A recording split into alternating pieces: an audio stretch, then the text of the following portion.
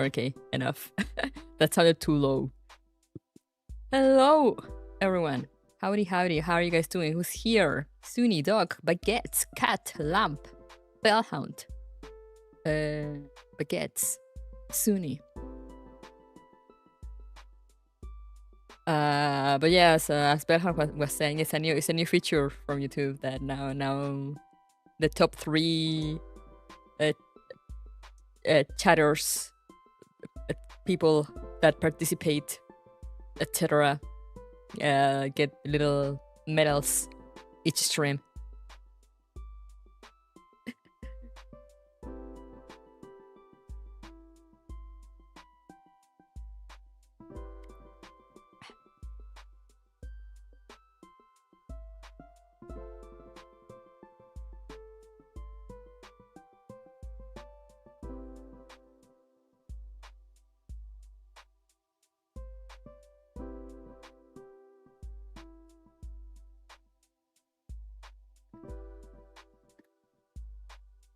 Sorry, I'm just sharing something with friends. So we're featured with some sun. Yeah, it's fun. If I were more creative, I could come up with funny things for the top 3 people. But as it stands now, I just give them many thanks at the end. Personally, I say their names out loud. I hope YouTube is keeping track and lets us know the overall totals at the end, but that's asking way too much. Yeah, I don't know. I don't know about that. But yeah, are you guys ready? Are you guys ready? Are you guys ready? We're going to LATAM. We're going to South America. We're going to Tierra del Fuego.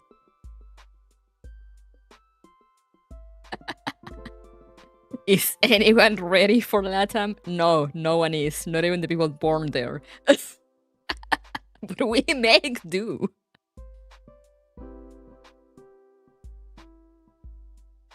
I'm even drinking, as the thing said. I made myself some mate. I actually went to buy some because I hadn't.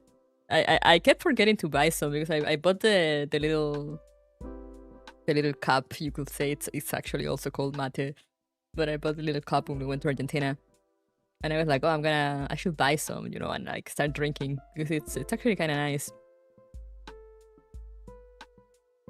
And I kept forgetting, and now I was like, I can't start this patch without some mate.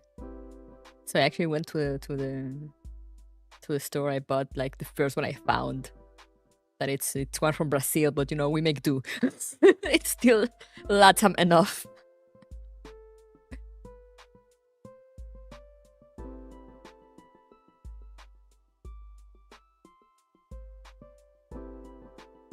Close enough. Yeah, it is. It's good enough, you know. The supermarket I went to didn't have much of a. So some places here like have a little like South America section. This one didn't have much.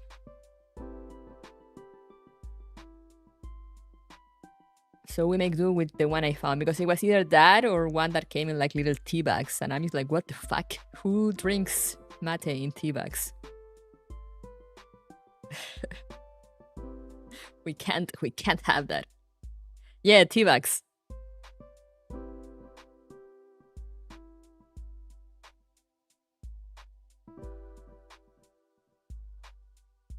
And I was like, ain't no way. You don't drink mate from tea bags. Is it supposed to be like proportionate amounts? Now it depends on the size of your thing, because you gotta fill it up to like more than half of it, and then like add water to the side, and then you just kind of keep adding water since you know you drink it, and also the herb absorbs the water, so you just kind of keep adding water and keep drinking as much as you want.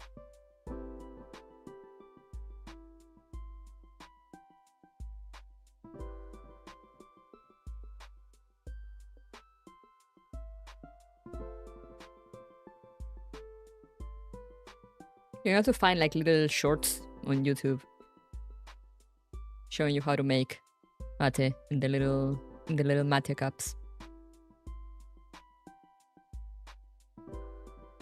But anyway, are we ready? Are we ready, guys? I am actually pretty excited for this one. I know nothing of it. Fun fact, my sister and some friends are actually planning a trip to Tierra del Fuego, to all these places. That's gonna happen very, very much later, but you know. For now, we'll just see them in the game.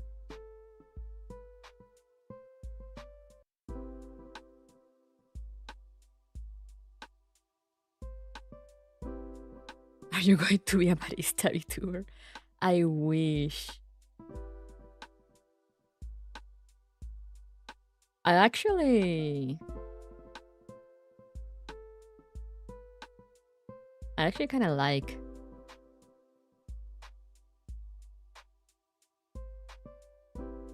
the, you know, I kind of wanted to do like coffee, like make coffee and stuff, but also like it's a lot of things. And like, you know, the things also require a lot of not only money but space, which I don't really have.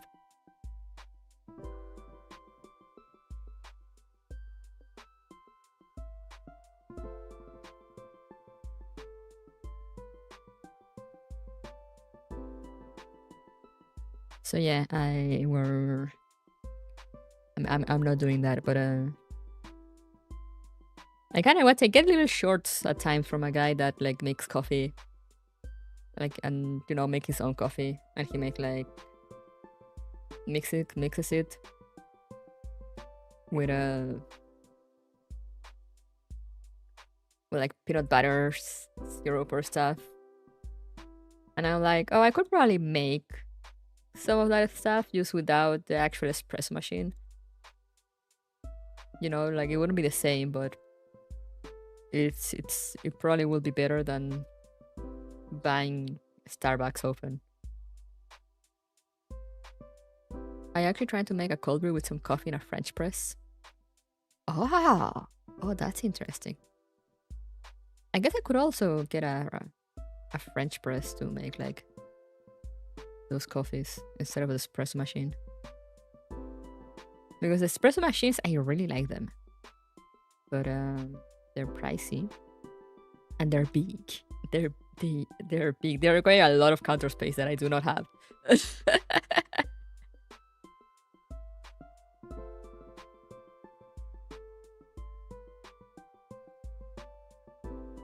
Buying an espresso machine is just 999.99 CAD.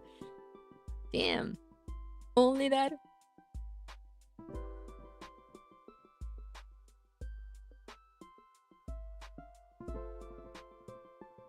I just got a Ninja, a Keurig. I mean, it's not only a Keurig, it's the one that has, you know, it has a Keurig machine. Oh my god, I have a message from the one and only Baguettes. Oh my god, I got another one. Baguette sending me all the codes. Thank you so much. Spring returns, pen and what? Pen and sword. Settings. Exchange code. Spring returns. Yippee! Pen and sword. Yippee!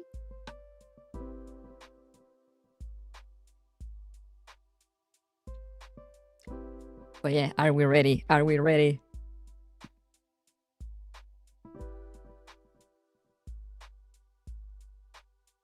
Oh, just give me a second.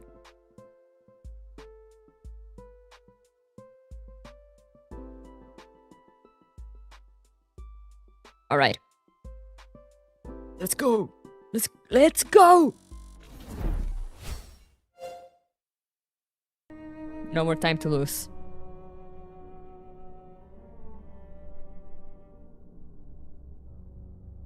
It's time. It's time!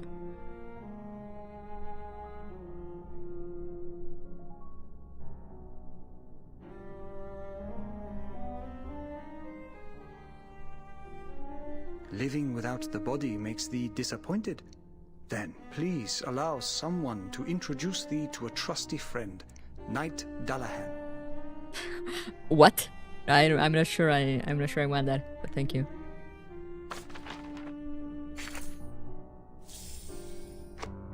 Now, do I have enough for hair? I probably don't.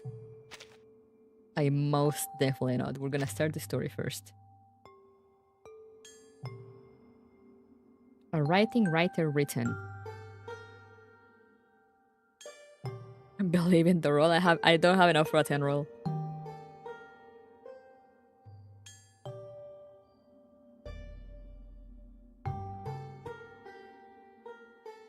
But I really want her. Look at her! Alright, let's go. Will we get the trailer? Hopefully we will. Oh yeah. Hear this! For us! For us! For poetry! For poetry! For us! For us! For free will! For free will! For us! For us! For literature! Literature! Our haven! Our haven! The panopticon! The panopticon! Nowhere else but here!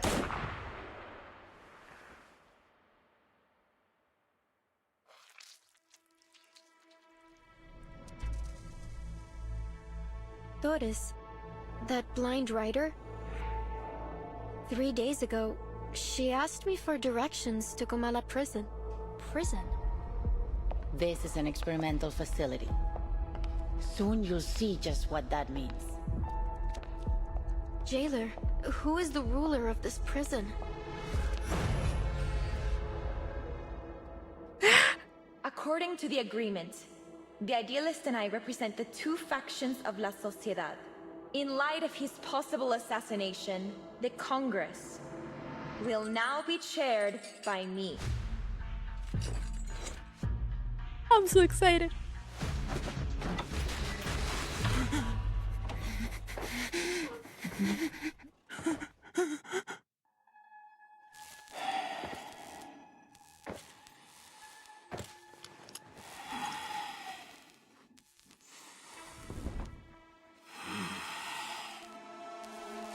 What are we doing here? What even is this prison?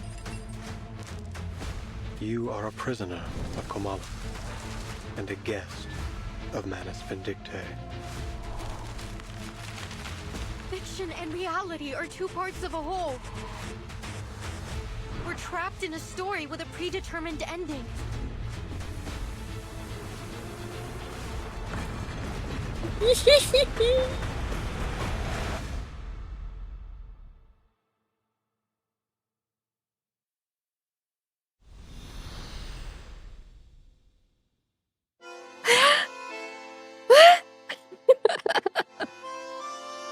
That sure was 1999 coded real.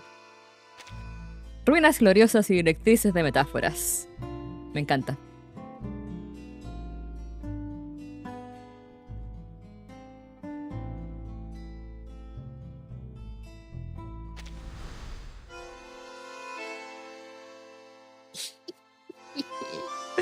I love the trailers, they're so good, yeah.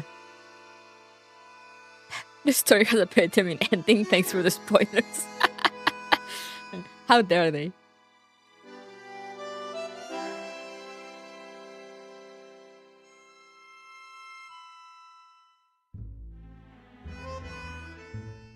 A novel no one can understand, a phantom born from a dream, a nameless courage, a meaningless act, a reflection of darkness and fractured infinity. Alright, let's just jump into it.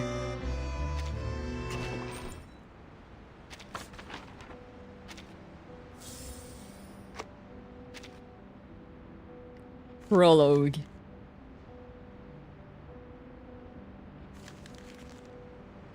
Okay, let's go. This is March 22nd, 4:26 p.m. Our story begins on the evening of March 22nd, 1991. Wait a second.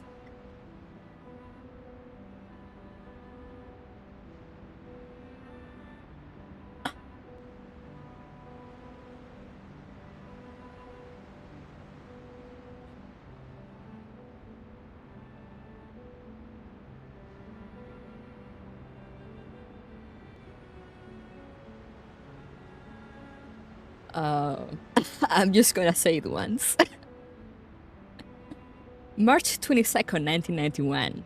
I was 1 day old. What?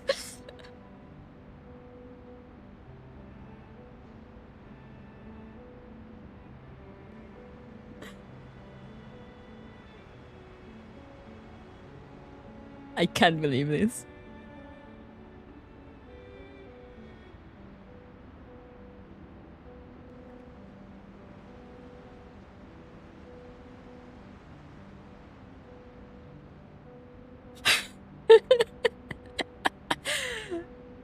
I have no idea about this. Oh my god, I'm reeling. Okay.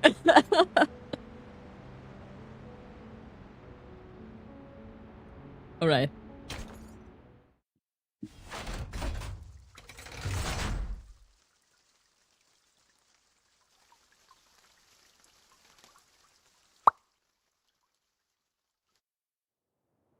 So the Platonic year wears out new right and wrong, wears in the old instead.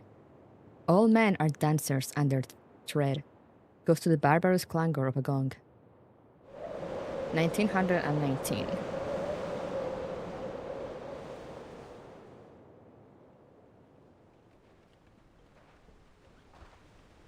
It's the final days of March, and the daylight hours in Ushuaia are shrinking away.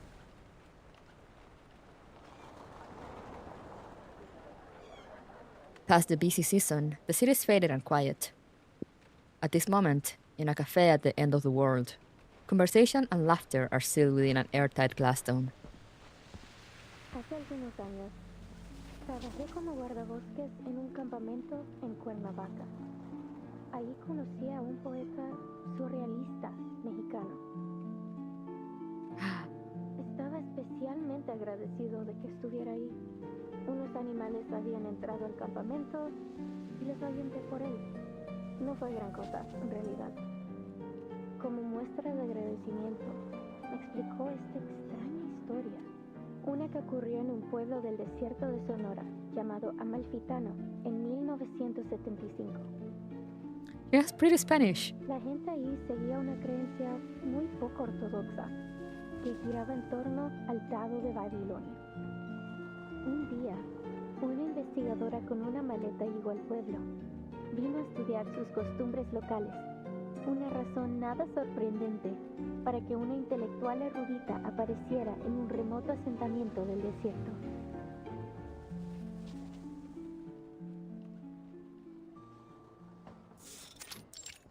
Café Ushuaia. But little did she know, this dusty old town and its peculiar custom would lead her down an entirely unexpected path. Ficciones. Hold on. Sorry to interrupt, Recoleta. Does this researcher have a name? She could be Nora, Joanna, or Teresa. Any name, really. I feel like you want people focusing on this story, not keeping track of who's who. Confusion and shock intertwine on the storyteller's face. Thank you for your advice. But she isn't a Nora, or a Joanna, or a Teresa. She's just herself. A paracausality researcher. You see that look? She's halfway to eating you alive. Face it, Maria. She wouldn't be the loca we know if she listened to anyone. The loca we know. Alright. So you didn't like the opening. Fine. I'll come up with something new. Maybe I'll start with a bit of exposition on the Die of Babylon, beginning with its origins, as a secret relic created by an Aztec priest, imprisoned by the conquistadores. I love her. The mysterious Dai origins never get a continuation, as her story is interrupted a second time. I don't know if that's going to do much, hermana. I'm beginning to think we'll never figure out what you're trying to say with this novel. And, well... and this isn't your fault. Ay, Dios. Just tell her, Maria. Ay, We're going Dios. back to Buenos Aires. Buenos Aires! I've been there. ¿De vuelta a Buenos Aires? ¿De repente? ¿Así? ¿Sin más? Sorry, I'm so excited. Just hearing Spanish in a game. And not like a dub, it's just part of the game. Pancho, Maria, what's going on? Did I do something wrong during our travels?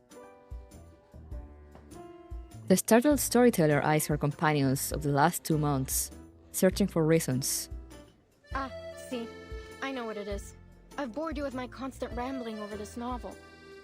No, Recoleta. It's got nothing to do with your novel. Don't you get it? We're flat broke. Why do you think we're stuck here scrubbing tables? The man slams his damp washcloth on the table to emphasize his point. His voice breaks the illusion of silence in the cafe. Because we can't pay for all the mate we've been drinking.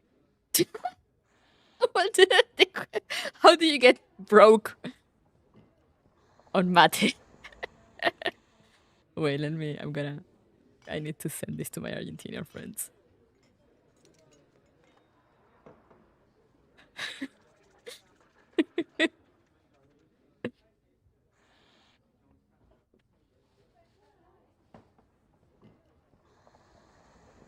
That wasn't a question, Regoleta.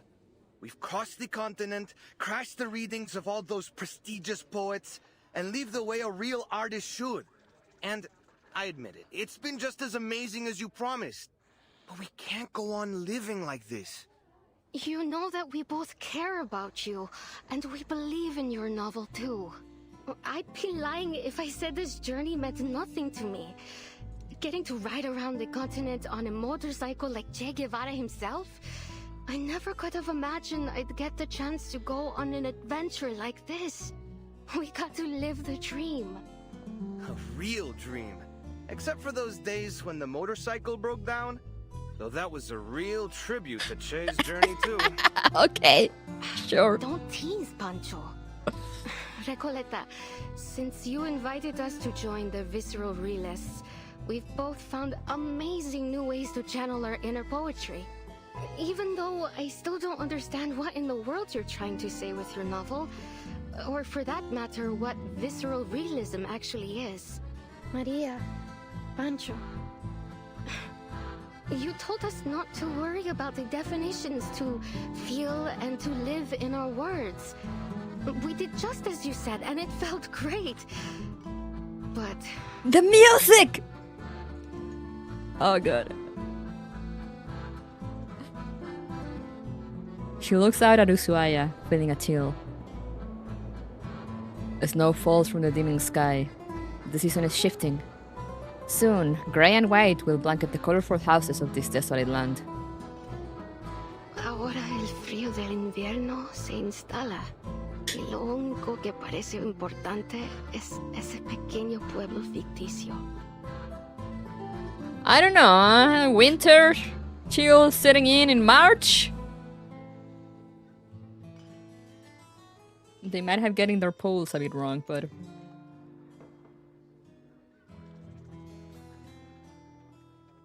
I don't know how cold March gets down there, though.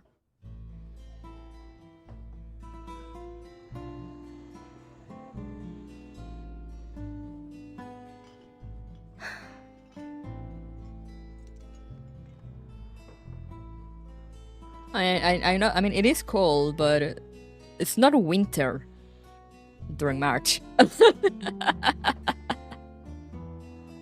Should be March 22nd, should be the beginning of autumn.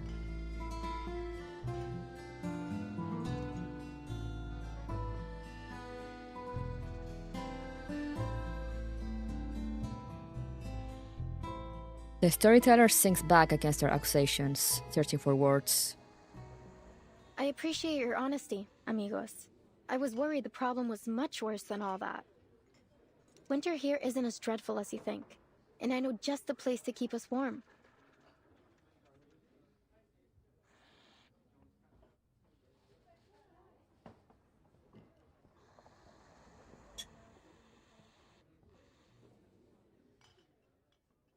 It was 1520. Arcanist Ferdinand Magellan sailed across unfamiliar waters under orders from the Spanish crown. I love the Over the vast gray sea, he saw spots of light in the distance. An island. He named it Tierra del Fuego. Tierra del Fuego! For the next 400 years, Ushuaia faithfully served its role at the end of the world. It became the continent's penal colony, and its largest building even served as a prison. Many Arcanists were exiled there. By the turn of the century, the Arcanist hunt had reached its peak, and the Comala Sanatorium was built. Well, as you may already know, at that time, most Arcanists were believed to be victims of madness. The sanatorium was their ship of fools. However, as people began to realize that Arcanist blood wasn't a guarantee of madness, fewer and fewer were imprisoned there. By 1947, it was officially closed. Until the 1970s, when a group of people from the National Foucault Studies Association returned to the island with new ideas for the location. They spoke in abstract terms and opaque theories that no one could understand. They rebuilt this place and gave it a new name. After a long period of construction, the Comala Sanatorium became a prison once more, one designed to hold Arcanist criminals. They were taken from the streets and the psychiatric clinics, from secret societies and rebel groups. Any Arcanist deemed mentally or socially unfit would be locked away there.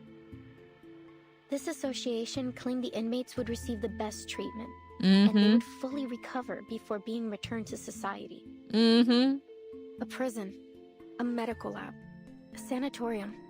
Call it whatever you want. That is what Comala is today.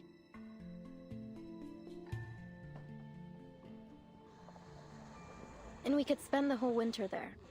It'd probably be the easiest winter we've ever had. All that it requires is a little bit of acting. Wait, what? You want to get imprisoned for what? What? It won't be hard to pass ourselves off as a bunch of unstable crackpots. A touch of madness comes parceled with the gifts of being an Arcanist. I see nothing wrong with this plan. That's your brilliant idea? To get us locked up in an asylum?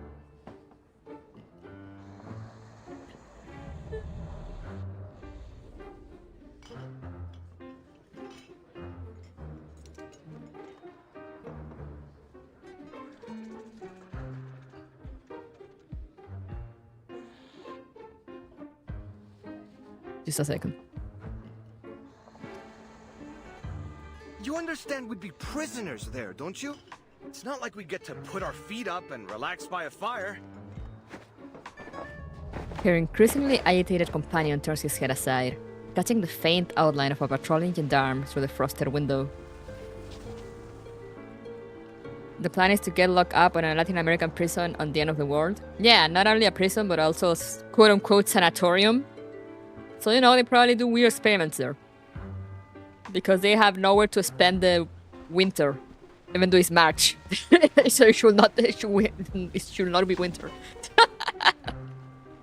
Should not be winter yet. But they're already worried about winter. You want to go to jail? Well, see that man over there? Go greet him with a punch to the jaw, then you'll be set for the whole winter. I think lighting ourselves on fire is as good as a plan than that. Yeah, you know. Sounds like a good idea. Recoleta, no. Recoleta, please. We're not messing with the Gendarmeria. We're going to my Aunt Julia. She said she could take us in at her vineyard up north near the capital. Well, it's harvest season. They could use all the help they can get. And you can get some money to buy more mate. We'll return to Ushuaia next year. or when the winter has passed, it'll still be great. Recoletta's expression is as cold as the mate tea on the table. I hear you, amigos. But respectfully, I must turn down your offer. This has been more than just a road trip for me. I know sticking around here for the winter won't be easy. But this could be my last chance. What if things change again? I can't just wait for spring. Recoleta. What did I tell you, Maria? She never listens.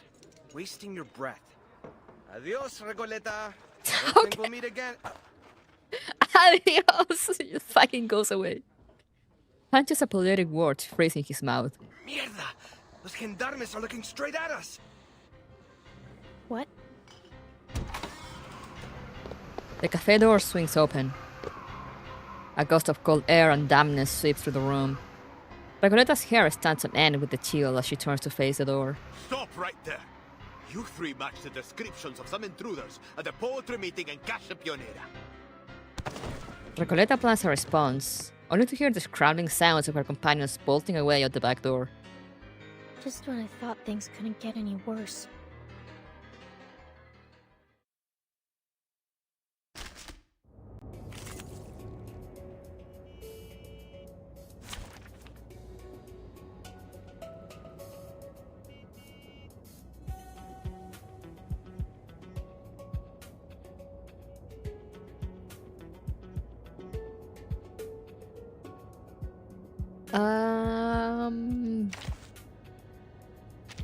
Beast. Do I have beast?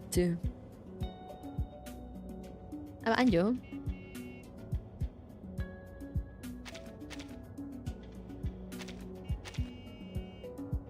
This is absolutely unneeded, but okay, no, these are a bit higher level. Do you feel ready to discuss it?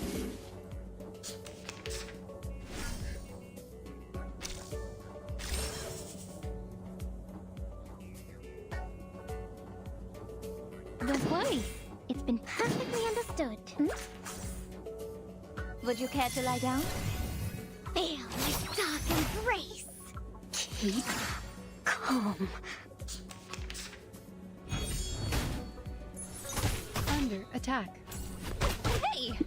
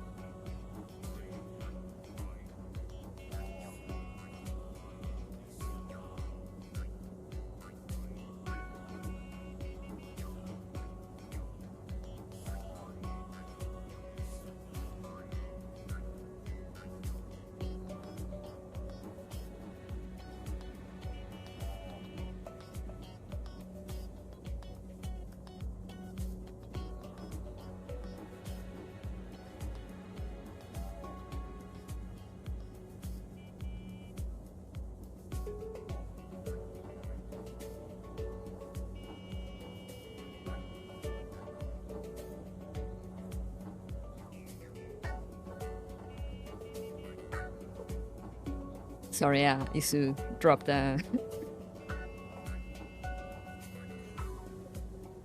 little glass and it broke.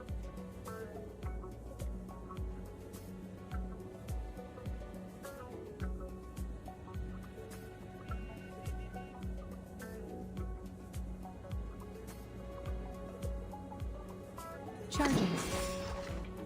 A fragment of truth. Perfectly understood. Barrage.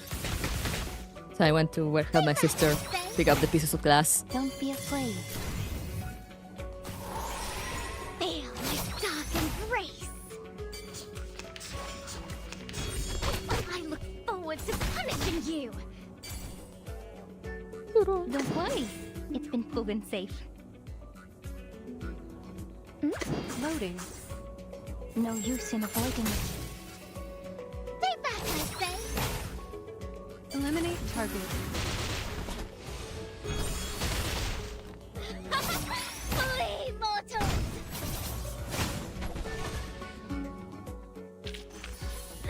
Great. Now back to the salon. Back to the salon. The gendarmes are left behind in the cold, but the flustered young rider still does not stop running. Until she stumbles on a patch of wet and mushy snow. Oh, gracias a Dios. Creo que los perdimos. Are you alright? There she is! Ah, gracias. Better to kiss the ground than kiss the gendarme's boots, if I must choose. Wait a second. Doris, is that you? Ayo? Funny how life moves in circles and puts an old friend in my path. How have you been? Are you paying another visit to Kamala? Wait! Doris. Ayo? A name falls from the sky, offered by a girl who has just face planted and cannot see the figure before her. Timekeeper, could she mean our Dr. Doris? Was I mistaken? She wipes the snow from her face. Still dizzy, she makes out the stranger before her. As her vision clears, it becomes apparent that fate is not a perfect loop. At least, the person holding the suitcase in front of her is not the same woman she met before. How strange. I've never seen two people so alike. I wonder why! But please, forgive me. It's been a long day. No need to apologize. In fact, the person you just mentioned sounds like someone we're looking for. Could you tell me where you last saw her? Sure, Excuse me. You're not from around here, are you? Your accents and those clothes give you away. Yeah, you're dressed like British people. Come with me. I know a warmer place to talk. I love that this little tower, I've seen pictures. That little clock tower, it's still there. In the city.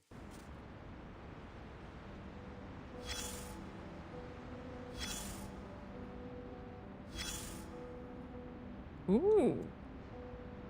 The moment armies start to march, the world stands still. We got a new narrator. You fight or fall back, charge forward or run. Those are the only rules on the battlefield. I don't see a start time on this report, nor does it state the reason for or the demands of this war. That's because the war hasn't started yet. That's what you think.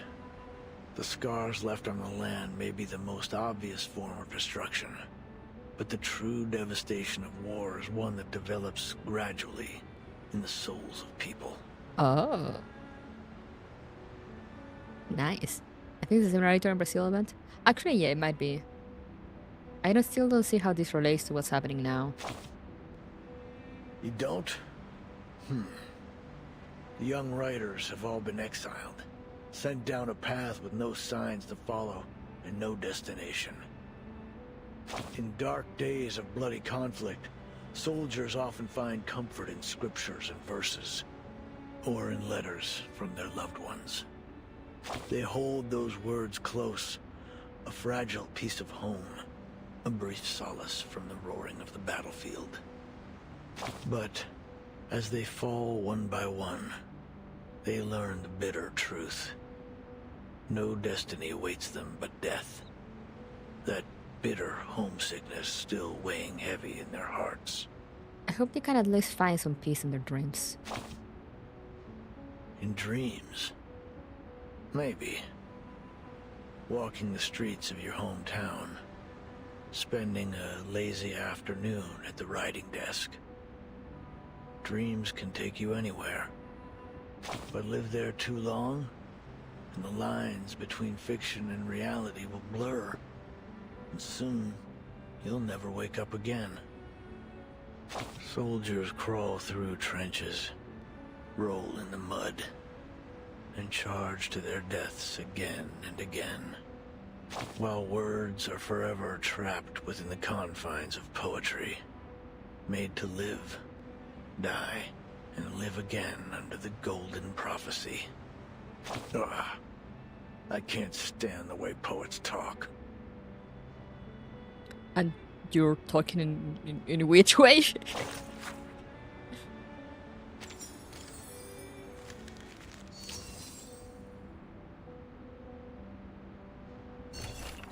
The Ushuaia port explosion.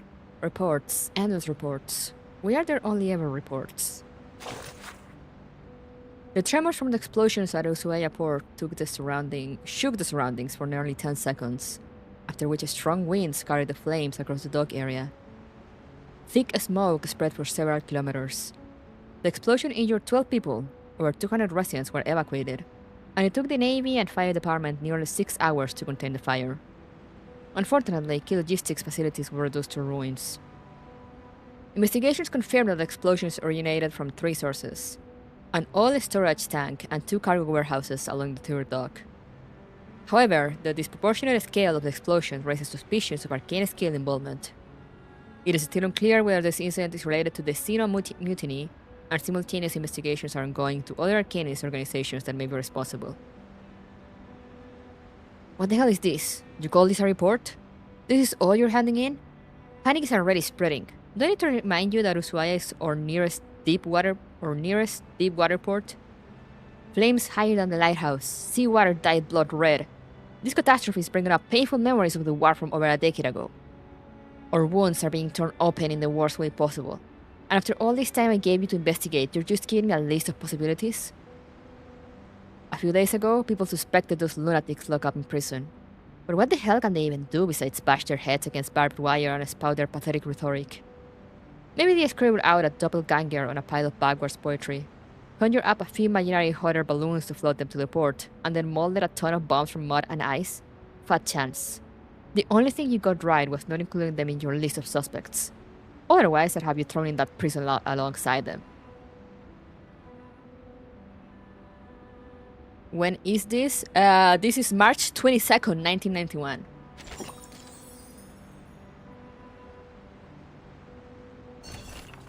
Buenos Aires Division, intake report. Authority, it's always so flexible. The Buenos Aires Division has received members of the Storm research team, Ulrich and Regulus. Oh no, Regulus in Buenos Aires. What will she do?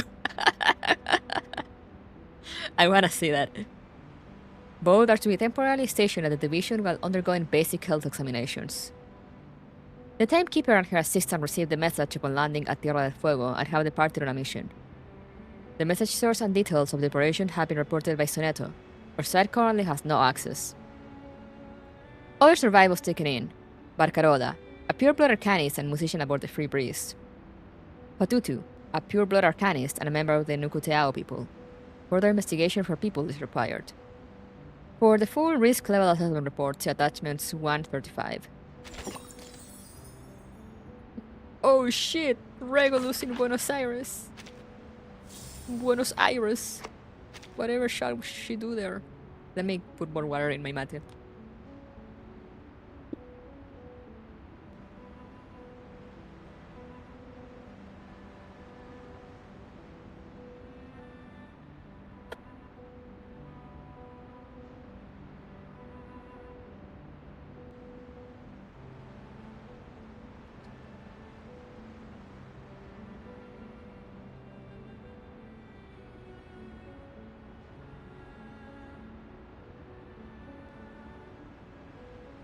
I don't have a thermos, so I need to stand up and fill it every time.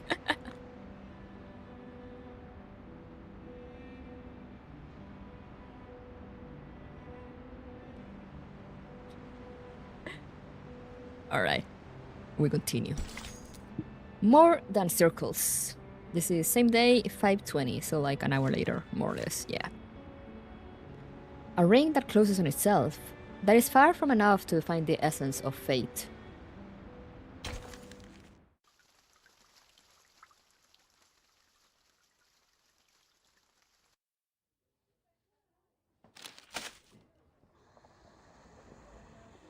According to these news reports from Ushuaia, there was an arcane attack on the pier about a week ago. All the ships in the port were destroyed. Could Manus Vindictae be responsible for this? Or perhaps the Xeno rebels? Hard to say. But things have been suspiciously quiet these past few days. I had been hoping we'd find some clues here in Ushuaia, after we lost track of the Manus, in the Free Breeze shipwreck. They would have gone to ground somewhere remote and off the radar. Indeed, it's possible they've already left Ushuaia. For whatever reason, it seems they haven't been pushing for the storm to happen quite as eagerly as before.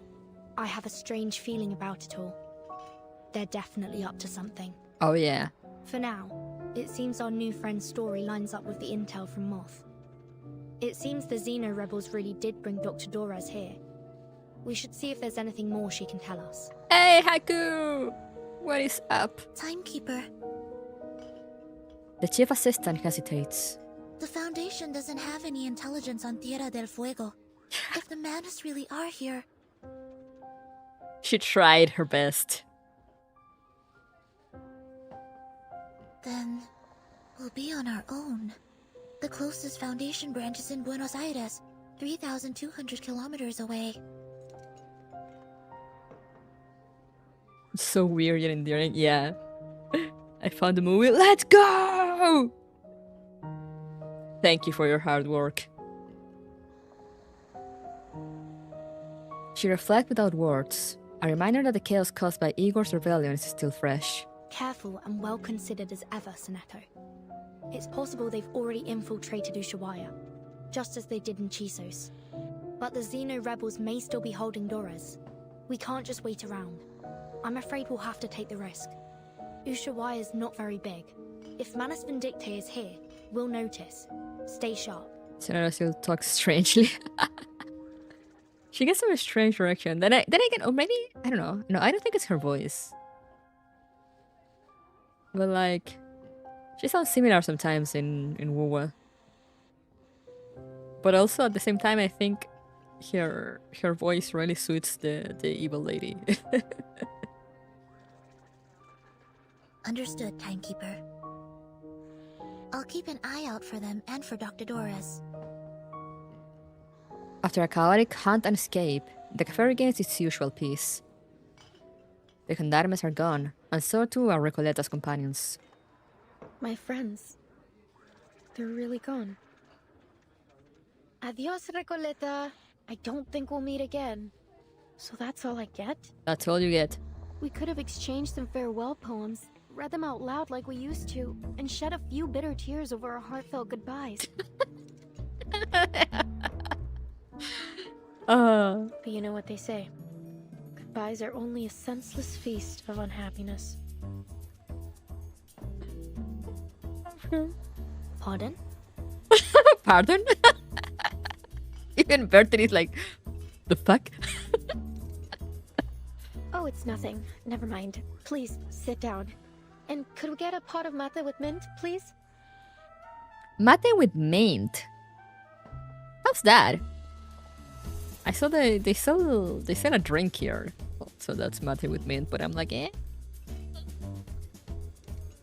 Ew.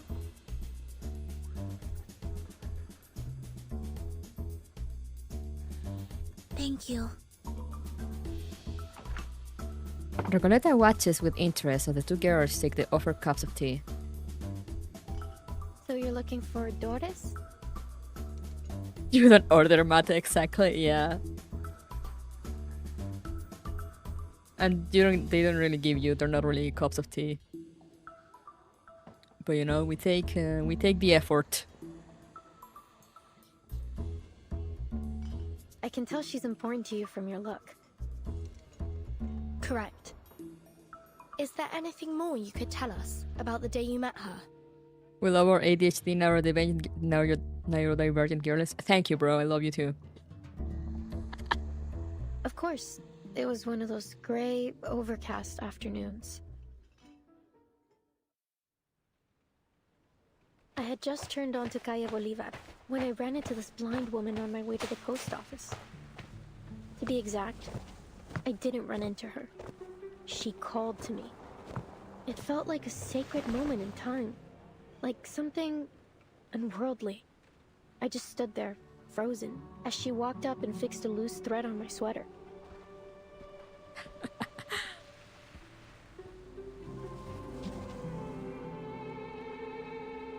Kokura goes she on the spectrum real. Hello, Joe. I don't know what mate is, so I'd assume Recoleta said nothing wrong. Mate, it's an herb, basically. But the way it works is that basically you put like a lot of the leaves, like the herb. And I say leaves, but like they're very little, very small leaves.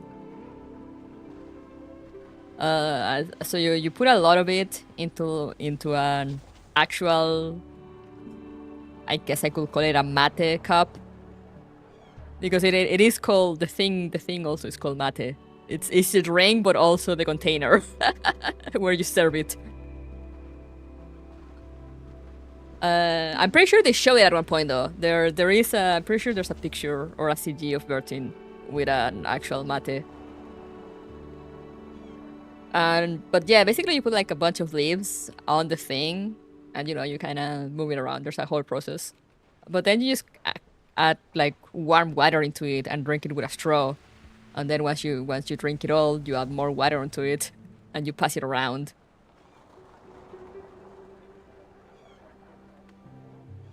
So yeah, you wouldn't really go to a store to order mate. And normally you don't really order cups for everyone, you know, it's like one mate gets passed around.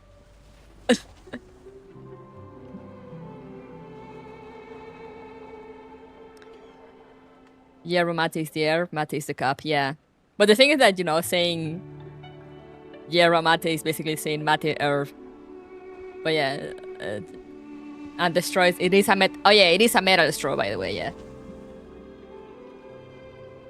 Forgot to say that it is a metal straw.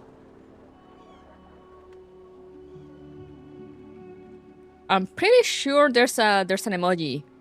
Let me send the emoji.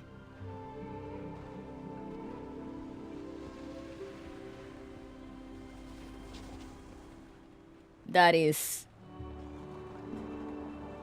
the mate. That is a mate.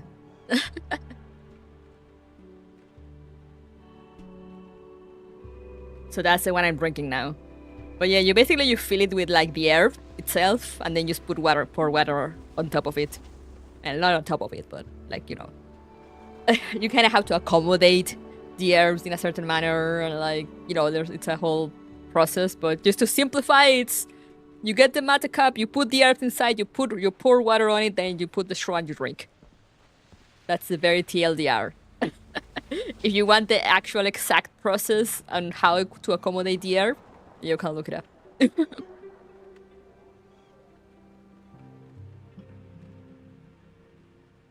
stared at her until my fingers went numb, and the letter almost slipped out of my hand. Miss, could you tell me what's in that direction? It's very popular in Argentina, Uruguay, and Paraguay, maybe? I'm not sure. It's an art, but the TLDR also works. Yeah, it's just that, you know, I'm not gonna get into how you make like the little mountain, and then like you put some water in first, and then you wait, and then you put the straw in, and you push with the straw, and then you add water. It's out of Mexico too? Oh, that's interesting.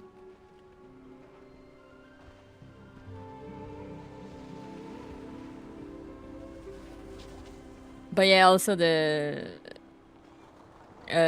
yeah, as I say, the idea is also that you kind of pass it around, you drink it like among friends and stuff. So it's like you wouldn't really go to a store to order. I don't know if maybe here they'll have some. I haven't been there, but you know, since it's like a very touristy place, like I don't know, maybe there's a place that you can actually go and be like, hey, can I have some? But normally it's like no. Wonder how it tasted. It's bitter. It's pretty bitter.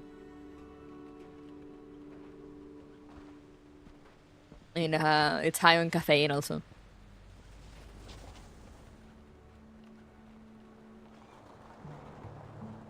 Yeah, it's bitter like coffee, like dark coffee, but with more of an herb flavor, I guess you could say, like kind of like tea. I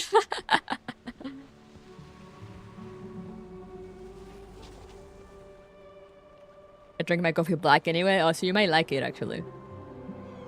You can put sugar on it though, yeah. But you know, since the mate gets passed around, you need everyone's approval.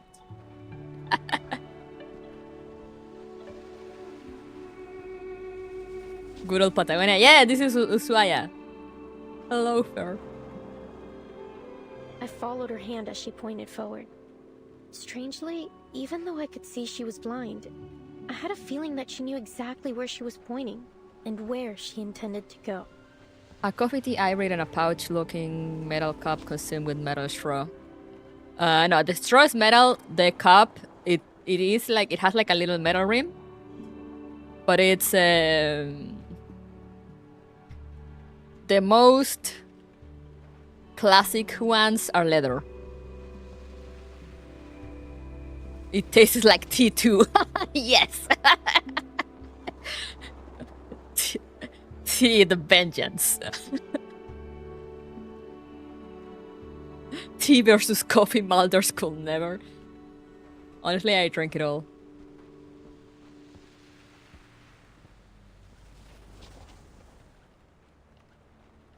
That's the way to Comala prison, Senora. Senora. Is that where you're headed? I could walk you there if you'd like. I am a tease now. Then you might like mate, because as I said, it's like, it's bitter like dark coffee, but it has more of an herb flavor. Kind of like tea. Or like at least some teas kind of have like a strong herb flavor. I need to taste an authentic mate now, I'm so curious. Good. Thank you, miss. But I think I found my way. She held a typewriter. How ironic that God would give her, at once, both books and night. Why do you talk like this? I love her. I am Recoleta. What may I call you, miss? I was never really interested with prepared cold normally, right? No, it's hot. It's warm. It's warm. I know you can drink it cold. I know some places drink it cold, but I don't know if the preparation process is different for cold. I hope you don't mind me asking, Senora. I didn't mean to pry. In summer, but with... Oh, you make it with juice instead of hot water? Oh. It's only that I have to know. You're a writer too, aren't you? I've been working on a novel and, for some reason, I have this feeling you could be a character in it. Terere. You can drink it cold, usually like add a little bit of lukewarm water so the flavor comes out, and then you can make it with juice or ice water. Oh! Good to know, because summer is coming here, so... Forgive me. I'm just so excited. Me too! I really want to remember this moment. Please, may I have your name? Or whatever you'd like me to call you? I don't think I'll ever forget her smile. It was soft, kind, almost merciful. And oddly, it felt so ancient. No offense taken, Miss Recoleta. But first, I have a question for you. Is there a local shop you get it from? Here in Canada, you can usually get it at places that sell like Latino products. The one I just bought though is like a fancy brand from Brazil, you know, and it has like the fancy bag, and it says like, it has a little label that says like organic product, and I'm like, of course it's organic product, it's fucking grass. But okay, sure.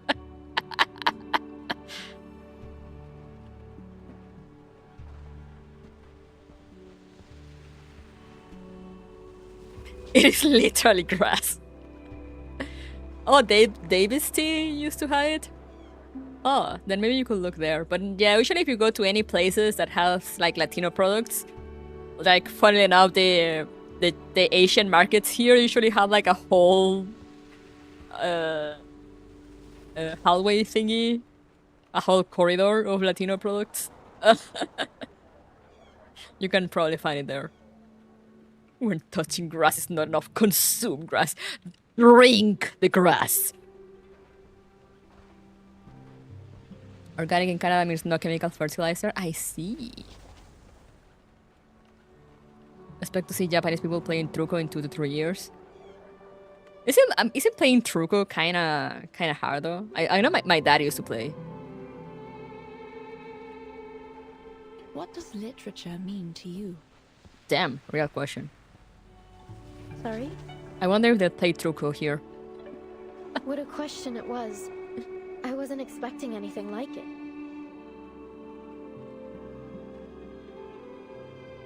You're a writer, are you not? And one I sense with purpose.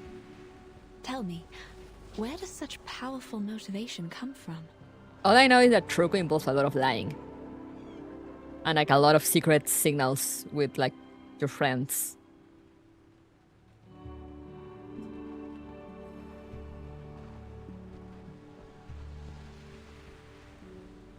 Actually, well, I'm not sure, Senora. I have my pursuits and questions, but literature is neither the goal nor the answer to them. Literature is, well, it's just literature. I suppose if I had to define it, I'd say it's a tool. A kindling for fire, or a lens to see through. A means to explore and raise questions from different angles and express our perspectives. And what an interesting perspective you've expressed. I see. But how does literature make you feel? As though I'm a kid looking through a kaleidoscope for the first time. Oh. Well, maybe that's not the best way to put it. Perhaps something a little more subtle. Just when I was looking for the right word, she turned away with a little wave, heading toward the prison, her feet crunching over the fine snow. So she must have gone to the prison. I love how she told that entire ass story very poetically. Used to say this. I love her. When did all of this happen? About 3 days ago.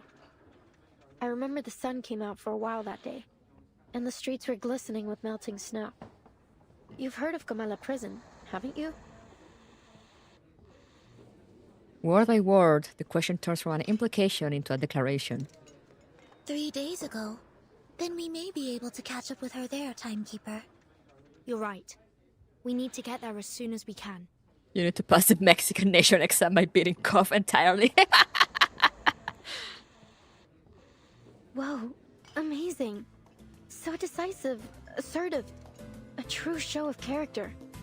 You must be the very archetype of a charismatic leader. What's left to say? Whenever the protagonist has what they want fall into their laps, we're all quick to complain about lazy writers using Deus Ex Machina to keep the story together. So, let's not dwell on it. She reconciles observation with a silent nod to an unseen author. But anything can happen in a place like Ushuaia. It's a city where the day may only last 4 hours, and the streets are full of exiled arcanists. We appreciate your help, Miss Recoleta. Please, think nothing of it. Miss Recoleta. I'm Vertin, and this is Sonetto. We're investigators from the St. Pavlo Foundation. Pleasure to meet you. Likewise, likewise. Glad that I could help. But listen, ladies. Ladies. The girl winks playfully. Everything happens for a reason, and now it's becoming clear. You're going to Comala Prison, and so am I. Maybe it's fate that brought us together. What's your business there? If you don't mind our asking. Oh, it's a writer's mission. But anyway, we're friends now. If you're going to Comala, you'll need someone who knows the way. And someone who knows Spanish, most likely. Also, now that I have a few Argentinians here, I need to show you guys Recoleta. But like her Ascension art.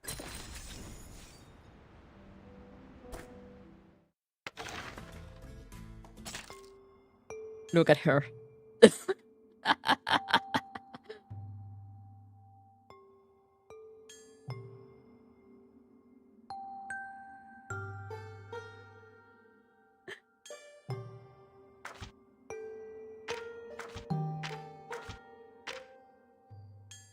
Ain't no fucking way! I know, right?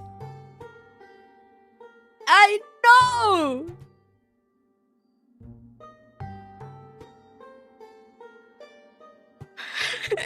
Mi general San Martín! ¡Sí!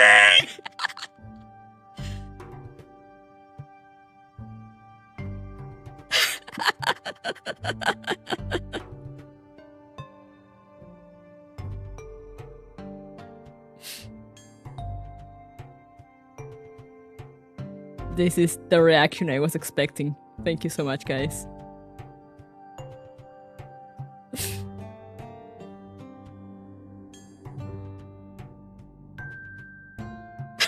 ¡Viva la patria!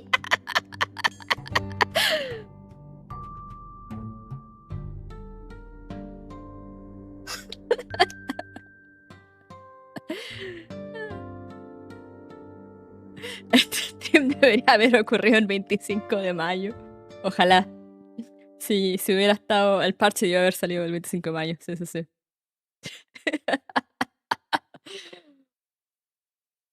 I should have gotten the Coronación de Gloria on my soundboard. Well, I'm sorry, guys. I have failed you.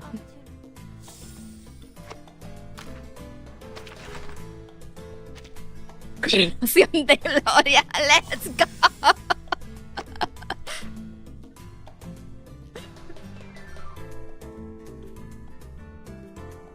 Let me give you the power.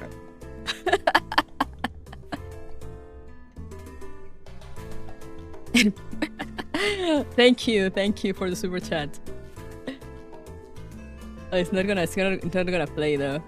I don't think it's gonna play. Let's see.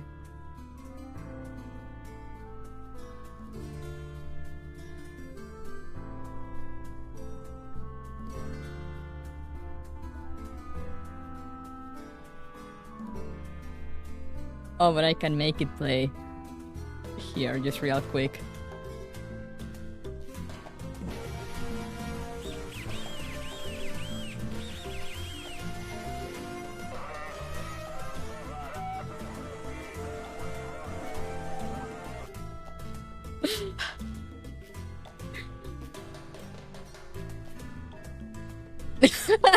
Ya era no es Corazón de Gloria.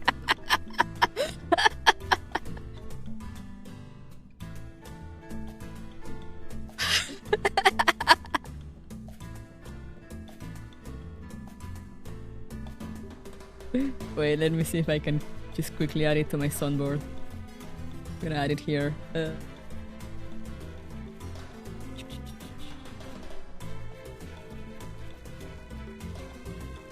Reproducir audio. Archivo.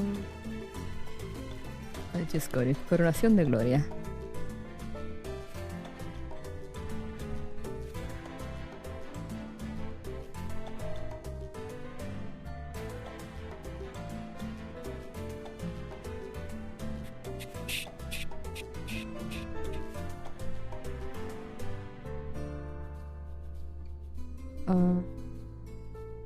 Let's put it on game.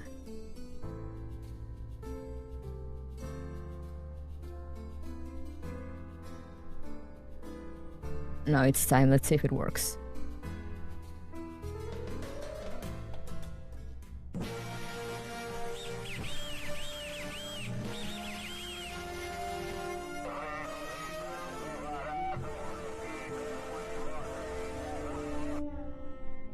Excellent. Now it is ready. It is it is ready to be used at any second.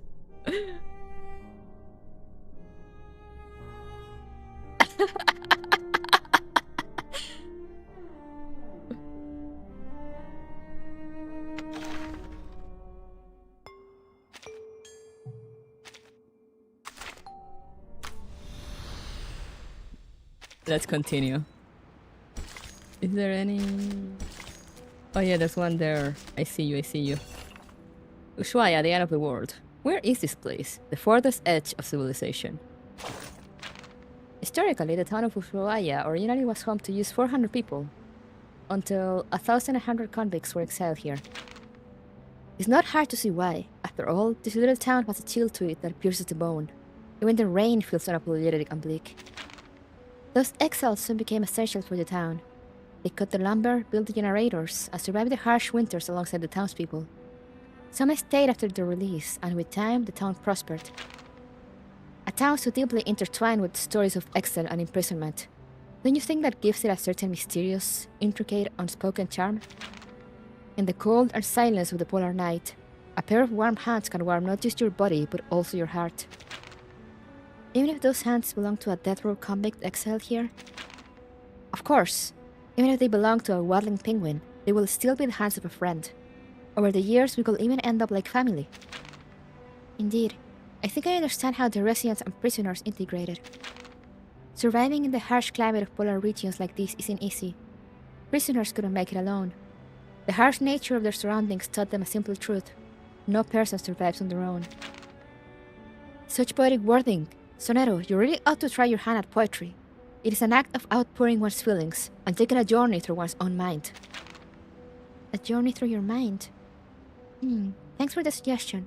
Perhaps I'll consider giving it a try in the future.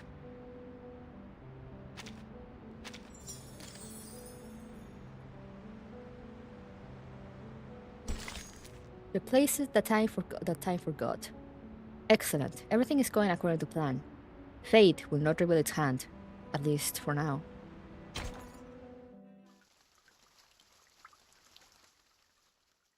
Remember the hunt down castores? What? Comala prison perimeter. The grey river winds through the frostbitten earth, disappearing to the distant horizon. It's LATAM Australia? Patagonia? I think all the entirety of Patagonia, not just Argentina. I think all Patagonia could count us, yeah.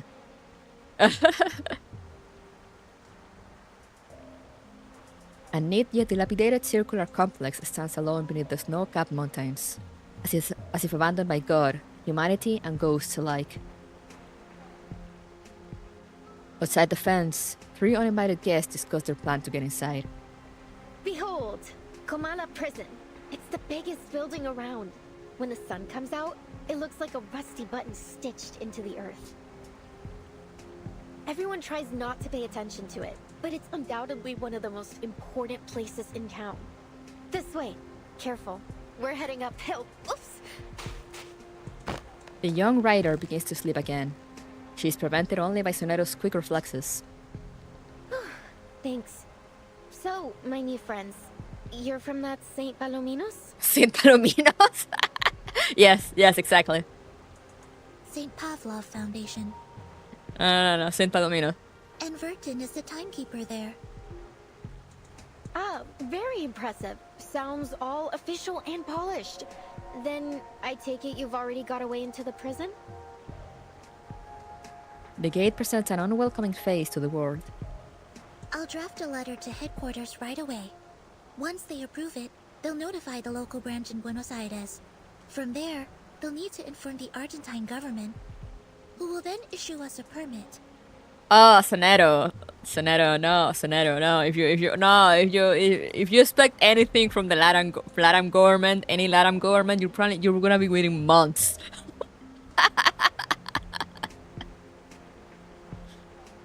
Excellent. Looks like our bureaucrats still have some worth. No offense intended, of course. Looks like our bureaucrats still have some worth. I love her. Since we're pressed for time, I believe we can ask that headquarters give high priority to our request. If all goes well, we should have the permit in about a month. Oh yeah, high priority about a month sounds about right. If all goes well, which it never does.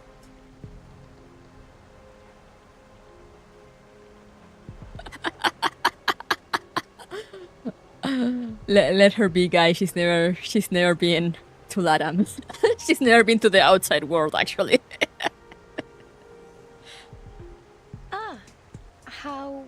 How expedient of them. But you know what? Maybe we shouldn't bother all those hard-working government officials with these trifling matters after all. She knows. She instantly returns to her previous judgment. I have a simpler solution that suits the urgency of our cause. That sounds great. Oh, where are you going, Miss Recoleta? Soneto is Italian, so honorary Argentinian. She is kind of, because she was raised in the St. Paul Foundation, so she basically the Arcanist Foundation, so she didn't really have much access to the outside. But she's really Italian coded. It's just that, you know, she doesn't really have much of a proper nationality.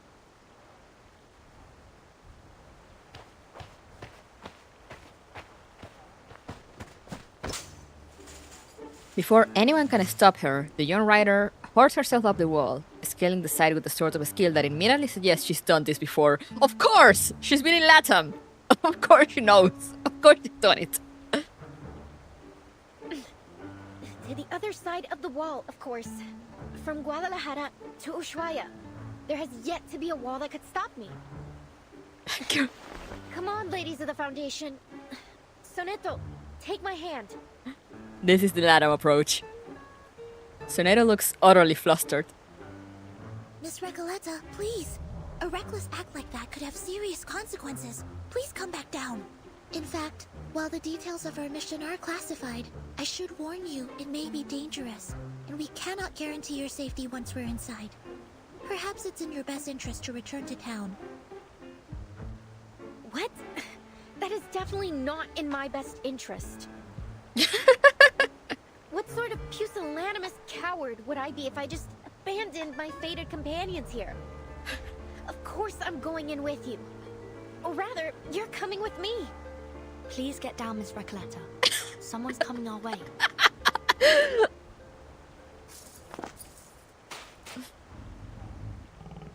From the other side of the prison fence, a predator's gaze locks onto the figure perched on the wall.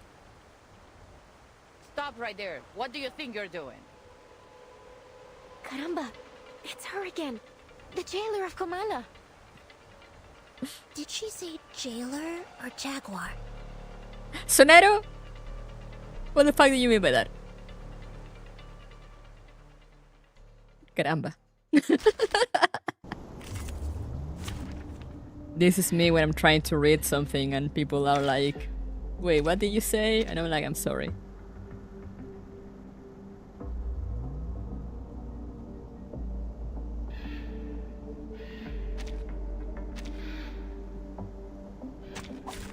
Filter complete. There was a son of a jaguar, yeah. Oh wait, it is a literal jaguar, I see. I understand.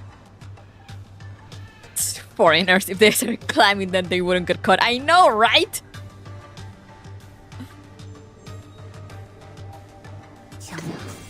Please lend me your power. A fragment of truth. Charging. Be careful. Would you care to lie down? Faraday's miracle. You won't get away. Tactical Lindsay deployed. Real though. Please stay behind me. Don't worry. It's loading. I will be watching you. Aim and shoot. Dead. As long as I got you at my side, I've got nothing to worry about.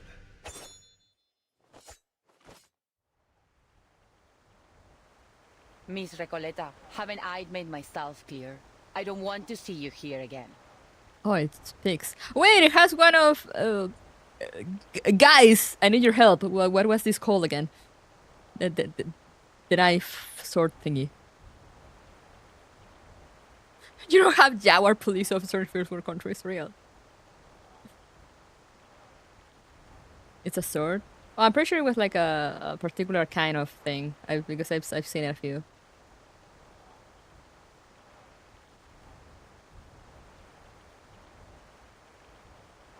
Jailer!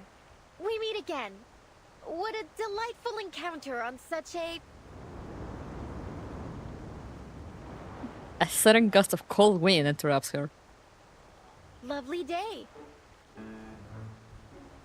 Would you please just leave this place alone? I'll never understand why a promising young woman like you keeps snooping around a prison. I can't make this any clearer. Trying to break into Kamala will do nothing to get you inside, but it will get you into a world of trouble with the Gendarmeria.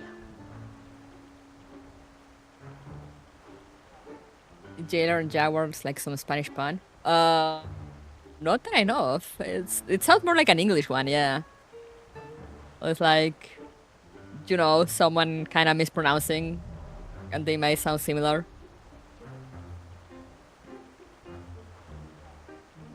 So, will you stop these senseless breaking attempts? Also, for the Argentinians that got in late, you missed out on Recoleta being like, oh, you know, guys, if you wanna know where to spend the winter, we can get into the prison. We just need to act like criminals. And one of her companions was like, why don't you go punch that gendarme on the face, you know, and then you end up in prison. And she was like, that actually sounds like a good plan. Kamala Prison is only accessible to academic researchers and journalists. And even they must have official credentials in order to enter. Isn't there any other way to pay a visit? I truly do need to get in there. She racks her brain for a plausible excuse. Sorry to interrupt, but did you just say official credentials? Yes, you heard me right. And you are? I'm the timekeeper of the St. Pavlov Foundation. My assistant and I are here to visit Kamala Prison on official orders from the Foundation. Here, this is my ID. Just follow along, Senator. At the thought of lying, Senator's lips fail to open for even a squeak. She goes flush red with embarrassment. Through the prison fence, the jailer examines the pair as she takes the ID in her sizable paws. Hey, it's real.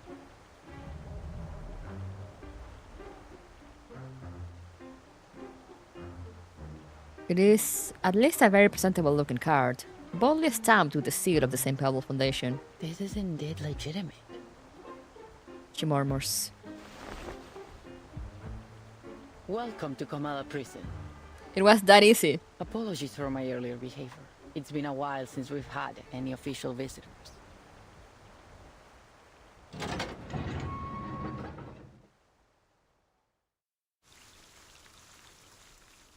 It was that easy. This is LATAM, and this is like fucking end of the world. You think they're gonna like phone someone to verify? No. No, they are not. Trust me, I live in Patagonia. I live in Patagonia. They will let my parents cross the border without me having an ID because we lived in a town with like 10 people. And my dad knew the Argentinian guys settled at the border there in the middle of nowhere.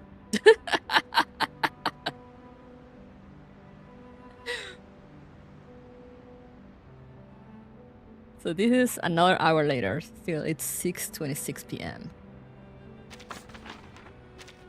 So yeah, guys, it's that easy. When you're down there, there's no rules. Kamala's colors. For a drifter, a stay behind an iron bar window can feel like just another stretch of desert.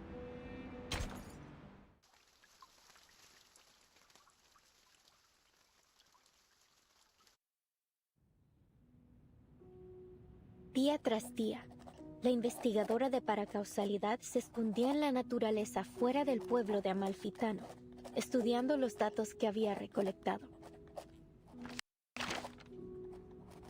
Una tarde, al anochecer, una voz llamó desde fuera de su cueva. Ella dejó el equipo y las cintas y salió afuera. No Un sé, hombre hacer para estaba adentro. de pie, curioso, frente a su puerta. ¿Qué haces aquí? Preguntó, levantando ambas cejas. Nada sucede en Amalfitano en estos días. El local se presentó como el empleado del banco. Probablemente tenía la cara más amable del lugar. Ojos brillantes, mejillas levantadas, una mandíbula suave. Era una cara llena de esperanza. La investigadora le mostró los espectros que había estado recopilando. He estado recolectando historias sobre el dado, explicó. Quizás ellos contienen la clave para explicar la aleatoriedad que muestra el destino. Ah, eso realmente me intriga, respondió rápidamente el empleado del banco. Me encantaría escuchar todo sobre eso, pero debo irme. No debo llegar tarde al funeral del pescador de dunas. Y con eso se fue. 3 días después, los mismos pasos regresaron a su cueva. ¿Volviste? ¿Cómo has estado? ¿Lograste llegar al funeral? Preguntó. No tengo idea de lo que estás hablando, respondió de manera cortante. No soy el hombre que crees que soy. Su rostro estaba agotado y demacrado, sus ojos hundidos profundamente en huecos vacíos. Era como si toda chispa de vida le hubiera sido arrancada, dejándolo solo con una cáscara vacía.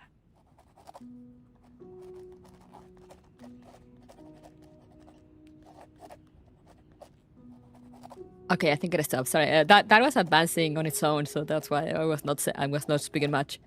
But also, yeah, I don't really translate when the characters speak in their languages because the dialogue down here is it's in English. I feel like it really adds to the charm. So like, you know, when Matilda speaks in French and all that. So yeah, I'm not gonna be translating for Recoleta whenever she speaks Spanish. The VA is pretty good. Is she a native speaker? I don't know actually. I don't think so. Let me ask my friends if they might know.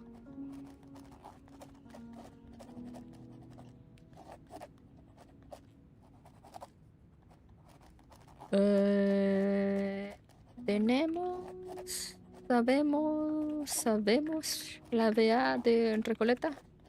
Puntita. It absolutely adds to the charm, like when you listen to clever score in French. Yeah, I love it. For me, from what I hear, I don't know if she was native. She has like some like a weird little accent in some words. But clearly, it is someone that has been speaking Spanish their entire life. Or like for most of it.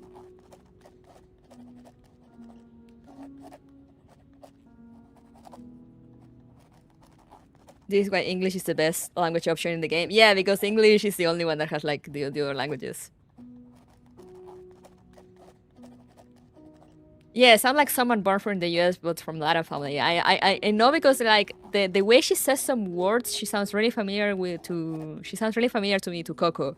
My friend Coco. She's Dominican, but no, she moved to the US when she was really young. But like, so you know, it's like she spoke Spanish at home. But like she spoke English everywhere else. So she's fluent in Spanish, but you know, she has like this little accent, or I guess you could say it's kind of a lack of accent.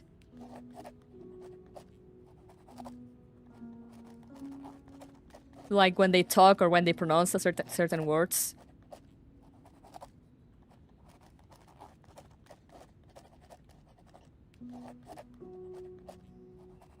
A laxant, if you will. Okay, we don't know the VA. Yeah, I don't know if it's because of the. I don't know why, because these are all. This is a British. British studio or United Kingdom. I know they use VAs from everywhere, and I know so. You know, with like everything going on in the US with voice actors. I don't know if it has anything to do, but I've noticed that a lot of Chinese gachas are not really crediting their voice actors a lot.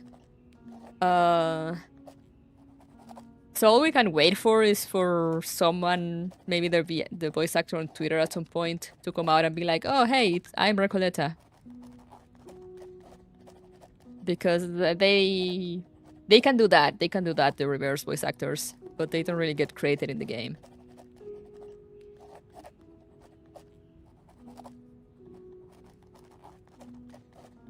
Like Tooth Fairy, yeah. Yeah, you know, she does roll the R's and S's. But she also has this thing that I've noticed sometimes, you know, that is also kind of like this thing that some people do that are not like native, that they pronounce very well. And aside from like a few like nationalities, in general LATAM, there will always be something. You know, like in Chile, we always eat the S's. We never pronounce the S's.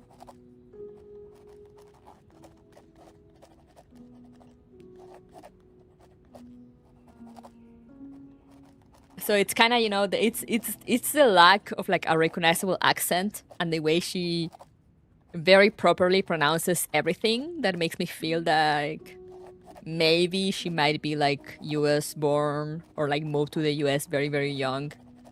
And, you know, was still raised speaking Spanish at home. But didn't really speak it much outside of home. But I don't know, I guess we'll see if she ever comes out on Twitter and it's like, it's me. Also because I'm pretty sure they recorded for this in LA, so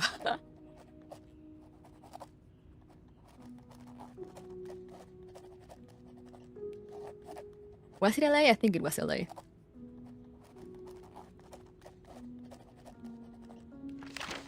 La investigadora insistió que no se había equivocado. Conozco a las personas por su naturaleza más profunda, hasta la sincronización de sus espectros. Nunca me he equivocado antes. Lo que tú digas, el hombre murmuró de manera áspera. No entiendo nada de tus ideas tan elevadas. Solo déjame ir. Ha sido un largo día de pesca y lo único que quiero ahora es desplomarme en mi cama tambaleante. Se alejó con pasos que sonaban exactamente como los del empleado del banco. I love her pronunciation, though. I love the way she speaks. It's so pretty.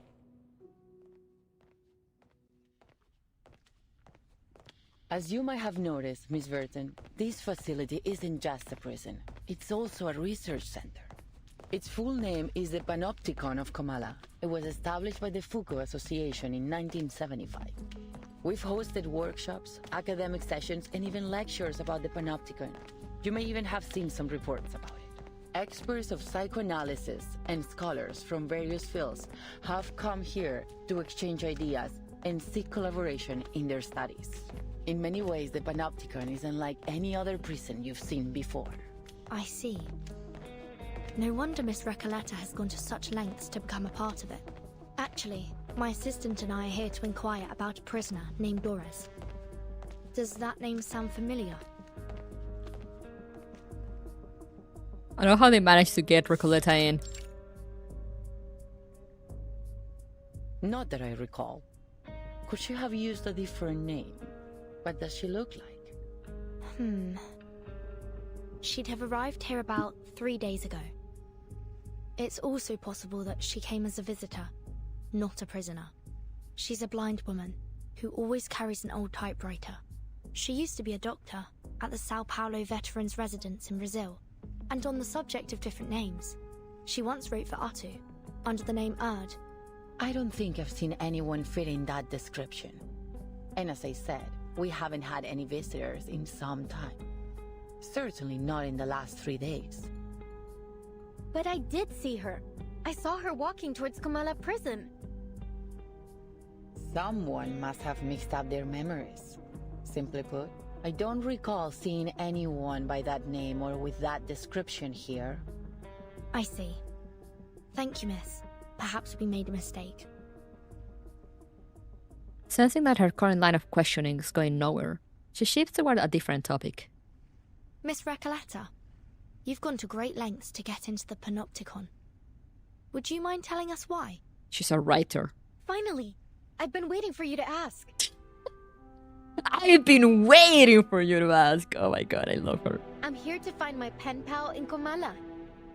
You have a pen pal? In here? Yes. 6 months ago, I went to a book exhibition in Guadalajara and came across the contact details of a few writers. I sent them my novel and asked for feedback. Also, I really like... Do you guys see this? The coins hanging from the vest. From her vest thing. I love it. I love it.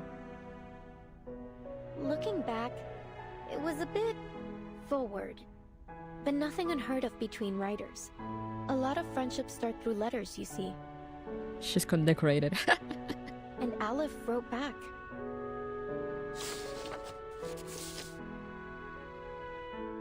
Recoleta produces a thick stack of letters from her coat.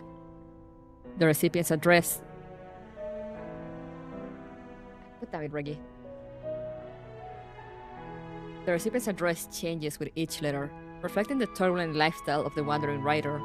Yet the sender's address is eternally constant. Comala. And how much do you know about this pen pal of yours? Oh, well, he calls himself Aleph, which is a grammatically masculine word, so... So you assume Aleph is a man? Are you assuming his gender? A reasonable suspicion, but in her experience, never a certainty. Yes, he's probably a poet, a writer, perhaps even an alchemist. He's one of the brightest people I know. There's never been a question that he couldn't answer. I've asked him about religion, politics, history, potions, even critters in length and breadth. Can you imagine someone who knows all those things and so extensively too? And he helped me with my novel. He always seems to know the best ways to bring my characters to life. Honestly, he's so insightful. I've begun wondering if he's... omniscient. Also, all the other little detail for my fellow Spanish speakers. Love how her book has the word ficciones on it. With his help, my story grew richer and fuller, like a well-tended plant. Strangely, can't seem to take it any further now. It's as if the roots have been sapped of their strength. I couldn't understand why. So, I resolved that I would see him in person to find out. Again with this story about your uncanny pen pal, I've already told you 12 times. It's all very moving, but it still doesn't justify your actions. Writers experience mental blocks all the time, yet you don't see them trying to break into a prison over it. Maybe they should. Fair. Fair, maybe we should follow her advice.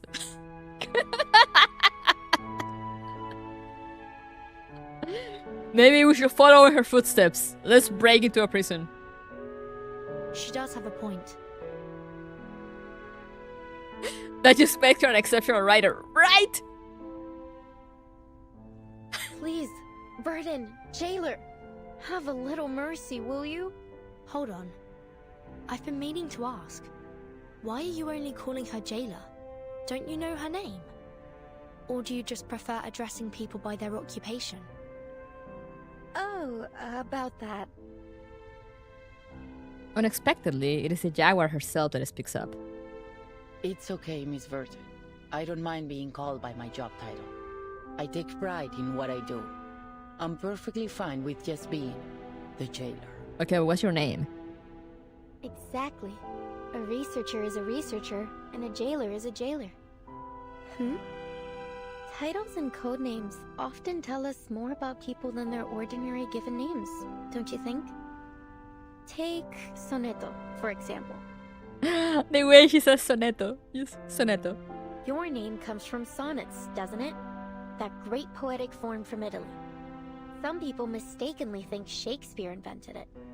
Some say it was Petrarca, though no one really knows when the first sonnet was written.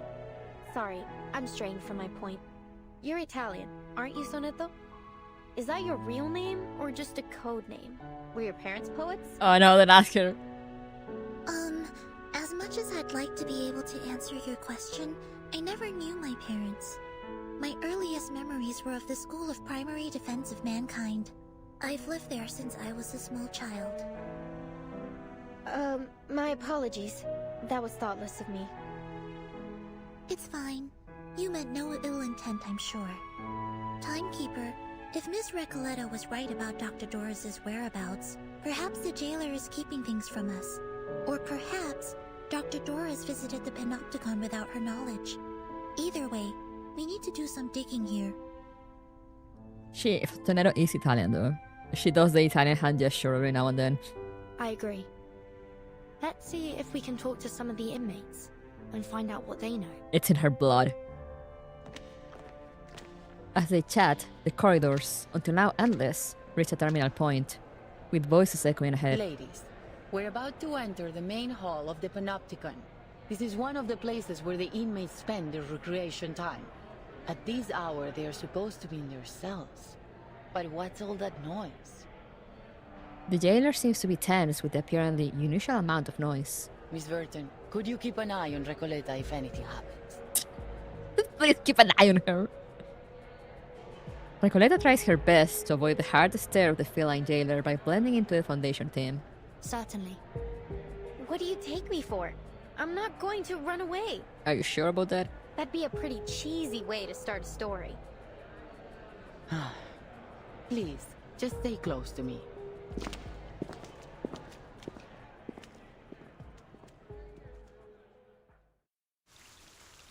To be continued.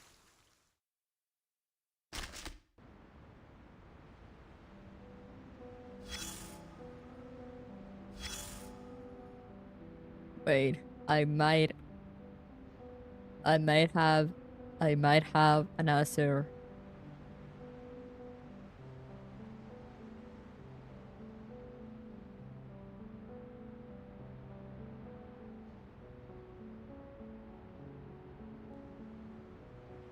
For Recoleta's voice actor.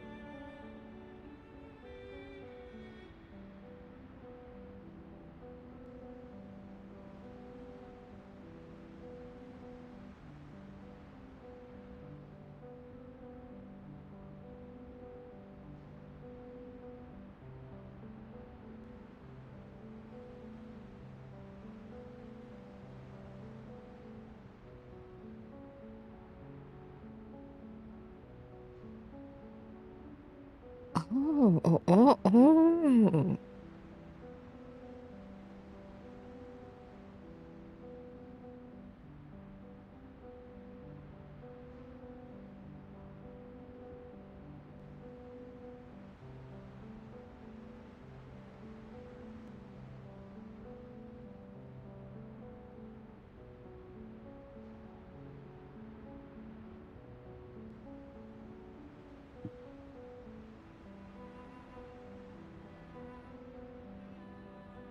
Wait.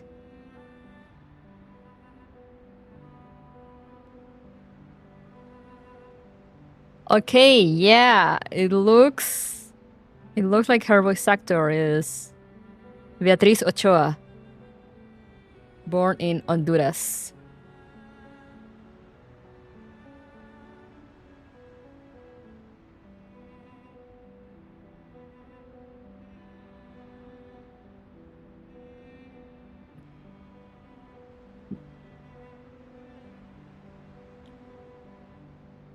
Born in San Pedro Sula, Honduras, and moved to the US when she was 7. So I was right! It's one of those situations.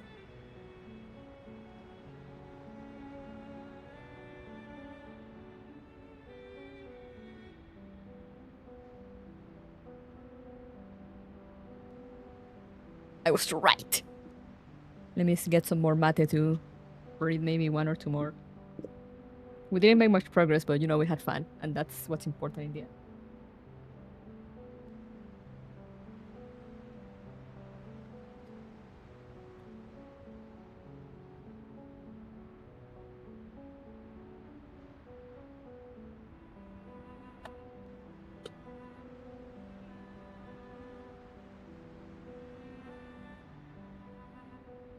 I really need to get a thermos if I'm gonna start drinking more mate.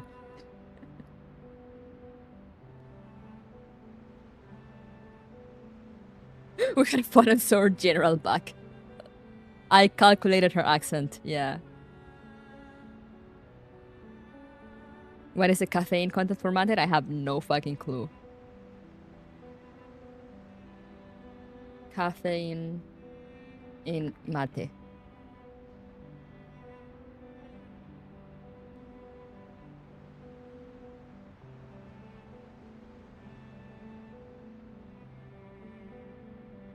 Mate is a rich source of caffeine. Okay, but how much? How much are we talking about?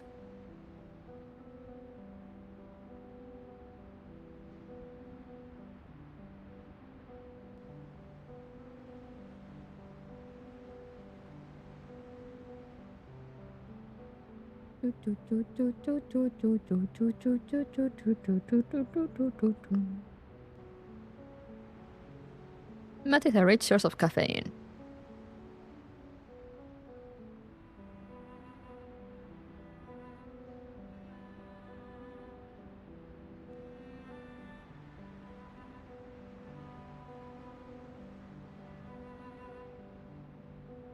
An average cup of yerba mate has 80 milligrams of caffeine.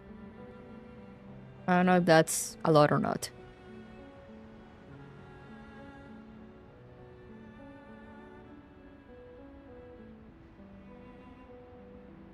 But also, I don't know how you can count a cup, since, as I said, it's a thing that you just kind of keep adding water to it as long as you want to keep drinking.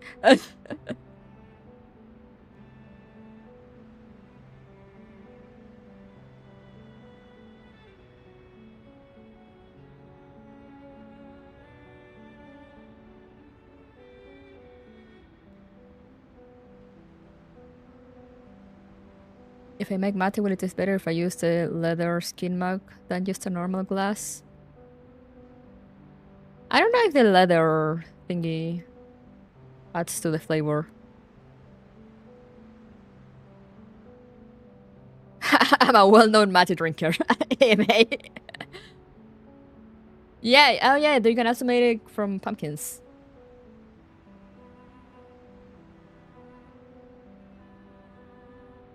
Actually, I think I have one made from a thing. Pumpkin. I mean, not a pumpkin, but like, you know.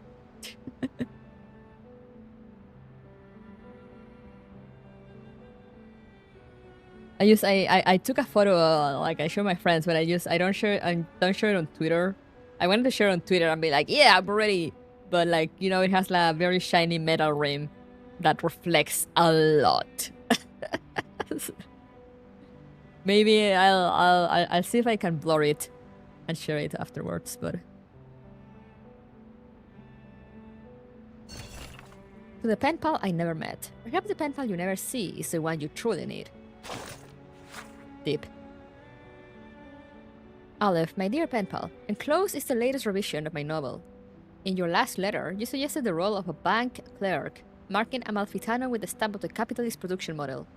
An excellent idea. In this revision, I have incorporated some of my own thoughts as well. That is everything about my novel that I was impatient to share with you. Perhaps you won't mind me discussing something else. Throughout my creative journey, your encouragement and validation have been my greatest comfort when facing the countless closed doors of publishers. The long, futile efforts feel insignificant in the face of your understanding. Oh, my dear pen pal, I say this sincerely, though I suppose such explanations are unnecessary. Perhaps I do not need to waste more ink describing just how much your letters mean to me. So, I ask, with both sincerity and trepidation, may we speak in person? About the dead, the desert, fate, the ending that troubles me so much, and the tides of imagination and insight that carry us both. Recoleta. At the poetry gathering in Santa Fe de Bogotá's Open Air Theater, Colombia. Miss Recoleta, as I have mentioned several times in my letters, and as you may have already surmised, I reside in a prison. This is why I have never met my pen pals in person. Due to its remote location and cold climate, Ushuaia is not a place people readily visit. People would rather sip a hot drink in one of Buenos Aires' century-old cafes than travel such a distance. Finally, I still wish you the best on your creative path. Aleph, at the Comala prison in Ushuaia.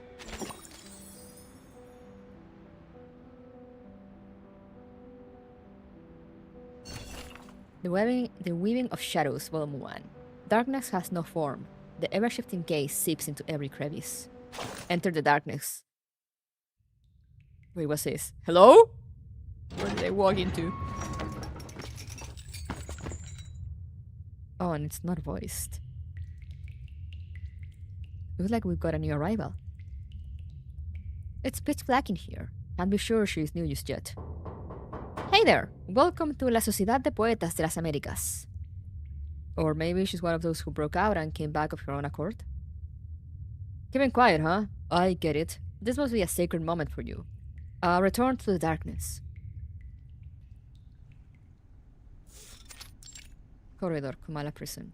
La Sociedad de Poetas de las Américas? Yeah, you got that right, Doris. The textures she felt on her way here do not match the words she just heard. Guided by her keen hearing, she pauses mid-step in what seems to be a reasonable open space. The room falls into silence, like the longest minute in human history. Are you still there? A faint cough, a heave of a sigh in the darkness. Pardon me, but have we met before? This is my first time in this prison, as far as I can recall. What a strange thing to say. Prison. When was the last time I heard someone say that? Back when the narrator was published? Wait, you aren't some ancient ghost here in pursuit of realism, are you? There is a theatrical flair in her voice. Rusty gates, pitch-black cells, prison. Bars for exchanging letters, a peaceful and secluded place, Sociedad de Poetas. And no, we don't know you. The three of them are spaced just far enough apart to barely make out each other's faces in the dark. What a wonderful example, Garcia. Exactly. It all depends on how you choose to see the world, my new friend. Roberta, we don't have much time. This might be the most important gathering of the month. No, maybe even of the year. You're right, Garcia. At this moment, nothing is more important than the salon the idealist has so carefully prepared. You should focus on sorting out those manuscripts first. Pardon the interruption, but might I ask? Why your organization is called La Sociedad de Poetas de las Américas? I assume it isn't simply due to geography. Don't worry, señora. We make it a point to introduce our sociedad to every new friend. But now isn't quite the time. After the salon ends, we'll ask the jailer about your accommodations. Wait a minute. Roberta, your eyes are well adjusted to the dark. Use them. She's neither a newcomer nor a returnee. She's a blind woman. Please forgive Garcia's rudeness, Senora. A sensory limitation can sometimes bring sharper intuition. In that colorful world of the mind, I'm sure what you see is even more beautiful than reality. But if you weren't brought in by the physician, then why are you here? She tries to construct a fiction in her mind, something that could justify the surreal nature of her arrival.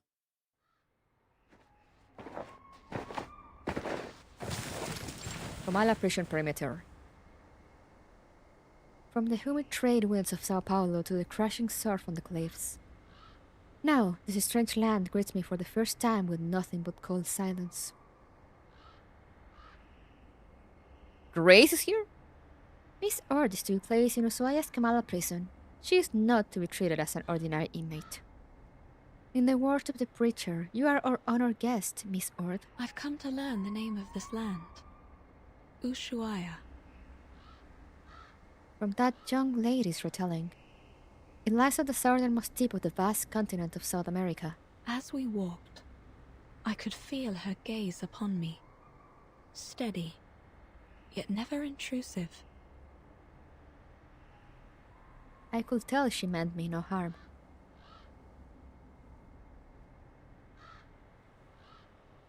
I'm informed the administrator of Kamala Prison of your identity and special circumstances. He will ensure your safety. Good luck, and farewell. I sensed I had been brought to a place most unusual. A building with a quiet peculiarity in the air. Two attendants followed close behind me, some form of liquid dripping from their faces. I suppose I must claim a little freedom for myself in this place. I thought the darkness was a blessing. It wasn't too difficult to shake them off. I'm sorry for your undue trouble, my diligent friends.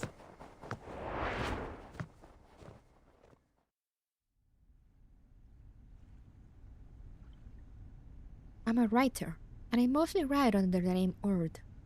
I'm here for a short visit. I'm here for a short visit, hoping to find some inspiration for my next story. I'm afraid I don't know of this physician you mentioned. See, Garcia, this lady's a writer, a good soul. You almost made us miss out on meeting a kindred spirit.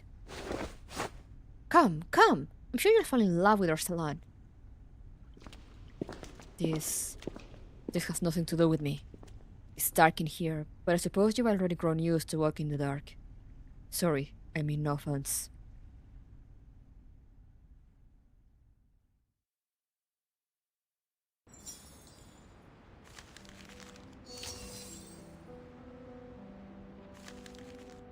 March 22nd, 1855. A Latin American fable. A salute to a literary society born within a prison. No, a tribute to an impossible miracle.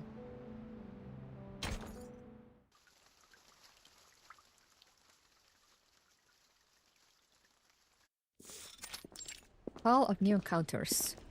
What a name.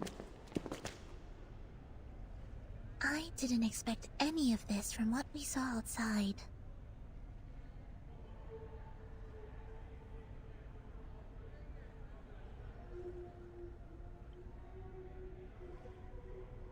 The model yet pristine walls, the still waters, the silent white tower standing within the labyrinth. Nearby, several prisoners form a circle, some standing, some sitting, engaged in conversation.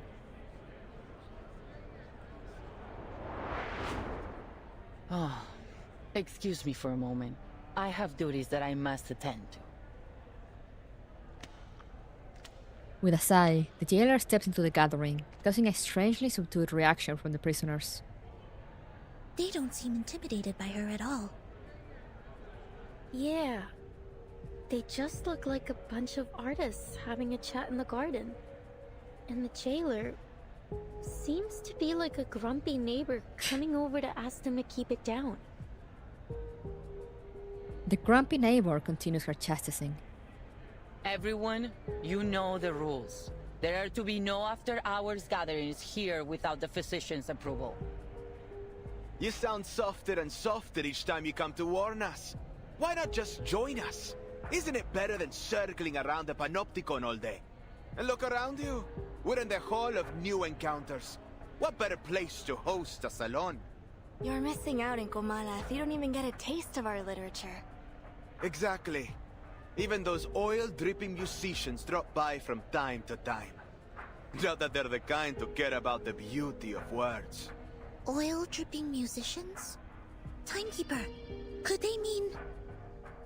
Before the jailer can say anything else, two of the prisoners simultaneously gesture for her to stay silent, pointing to the center of their gathering. Quiet now, please. The Edile's salon is about to start. Waist glitching.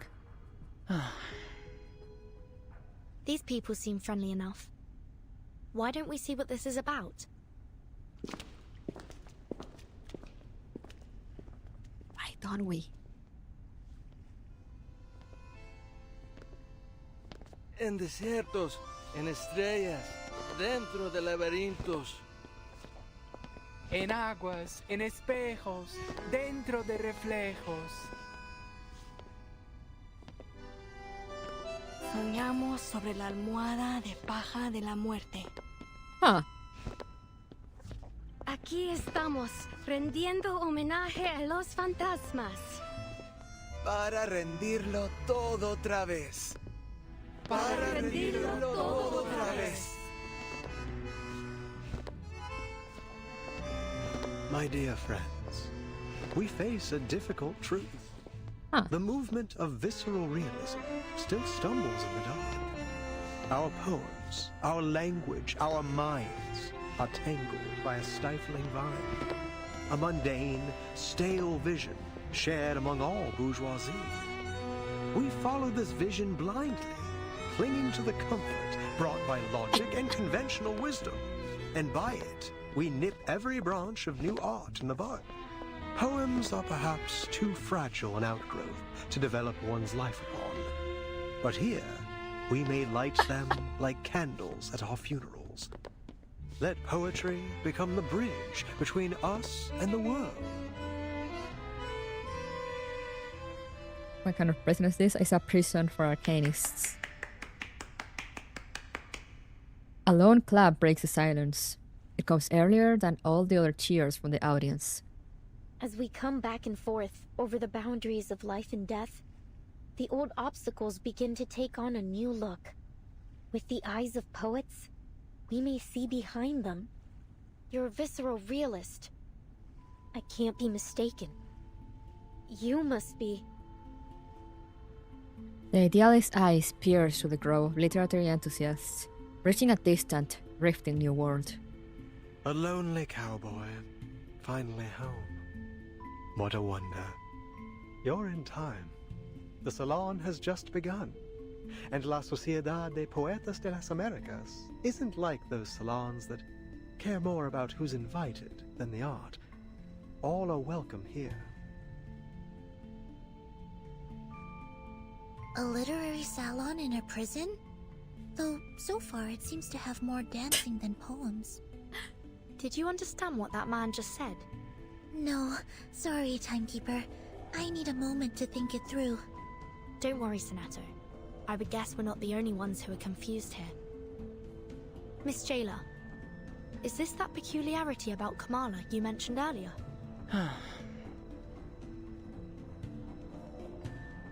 Enough, idealist. You're still an inmate here, and you are walking a very fine line right now. Oh, I'm quite aware of where I am and what lines I tread. This is a prison. The safest place for poets in this part of the continent. One cannot be arrested twice, after all. I guess. The man roars through laughter from the other prisoners as they turn to discuss the speech with excitement. But please, don't trouble yourself with our little farce. What harm could a few poets possibly do?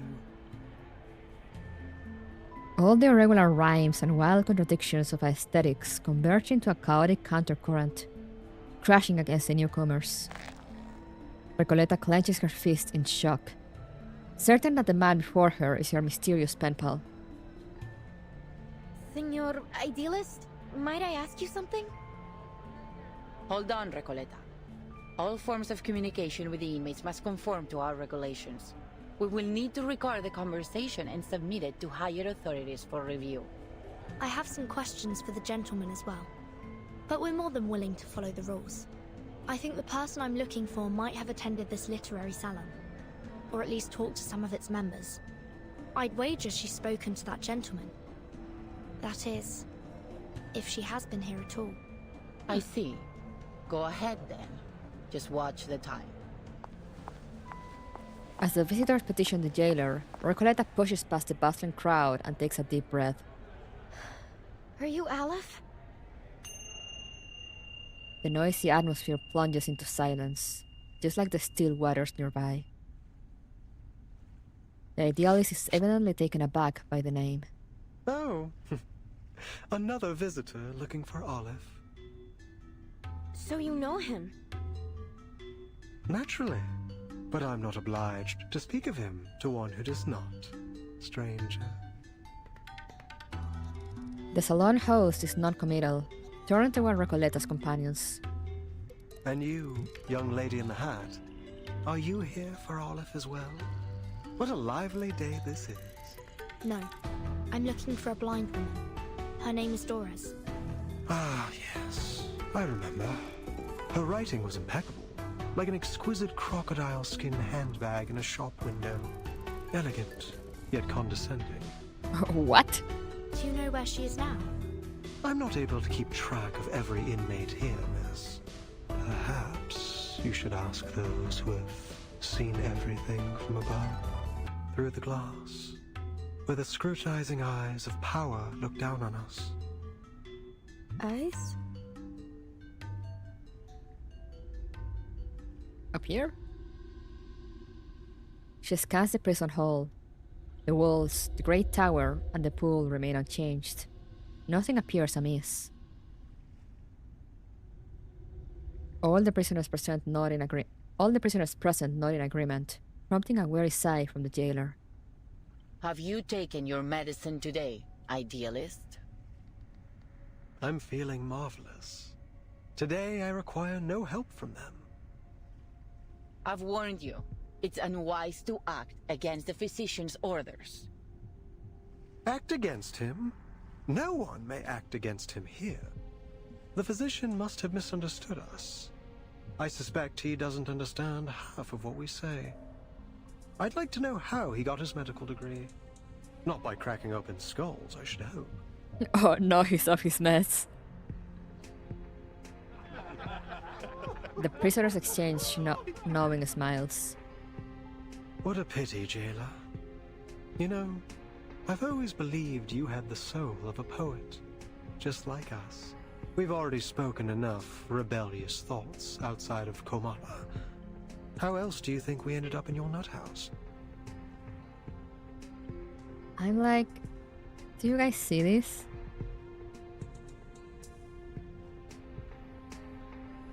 Some of the dialogues kind of glitch at times, but I think it's intentional.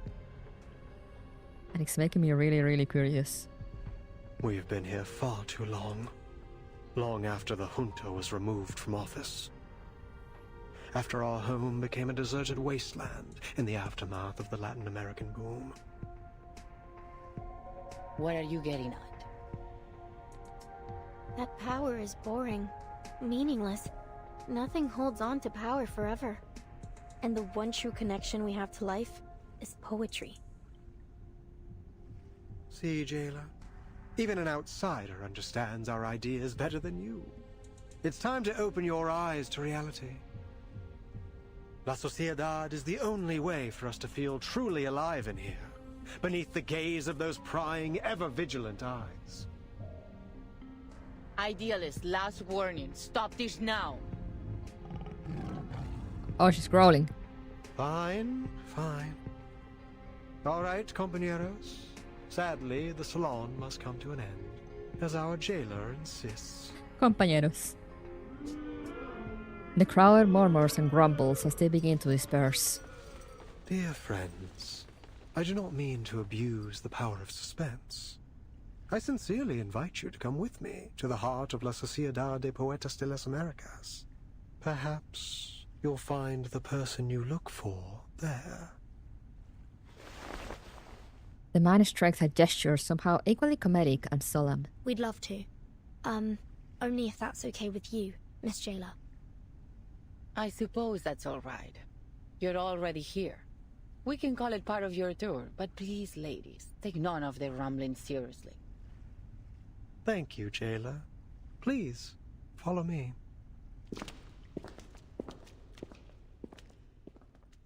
I don't trust that guy. They're not on face, they are just scoping. Real. Half of new encounters. Oh, okay. Field check complete. Move carefully. What? The road ahead is unknown. Choose the right direction and the path will reveal itself. Wait, this isn't the way to the gallery. How am I supposed to know? It isn't the usual way. It's a shortcut. We call it the reptilian complex and primal hunger route. Much faster than the limbic system and postmodern anxiety route, let me tell you. But this passageway has long been abandoned, and entry's prohibited. It's extremely dangerous too. Relax, Jayla. No one, not even you, knows this prison better than I. But, Timekeeper, I think we've just gone in a circle. Okay, guys. Right, left, or up? The first one to type gets to choose. The tower has tinted windows that the prisoners can't see, but the people in the tower can see all. Oh, nice. Up, up. Up we go. Please stay behind me. A fragment of truth. Please be careful. Don't be afraid. My responsibility. You won't get away.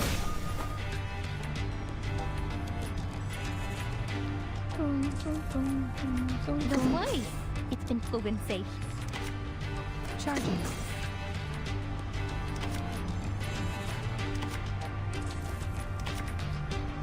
Please stay behind me.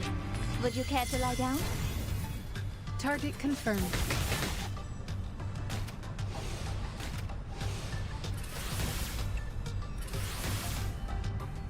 So about like in the air. Alright, now again. Right, left, or up?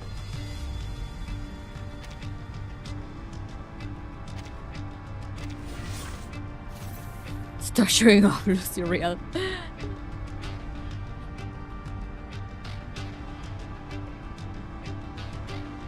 Right it is. Please lend me your power. Loading. Please stay behind me. Awaken. Barrage. My responsibility.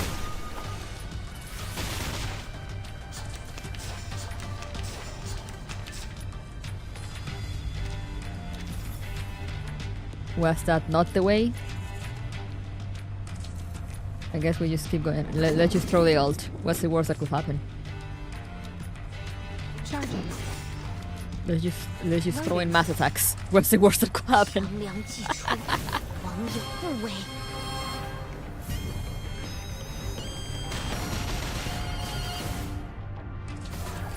The light that illuminates all. If I destroy everything, I'll go the right way, right? That's how it works.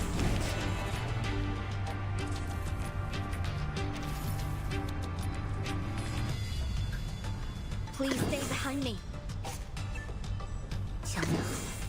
Please. Those who look outside. Circuits functioning properly. Let's just throw ults.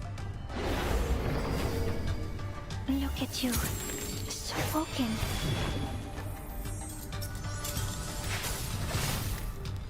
I, robot, child of science.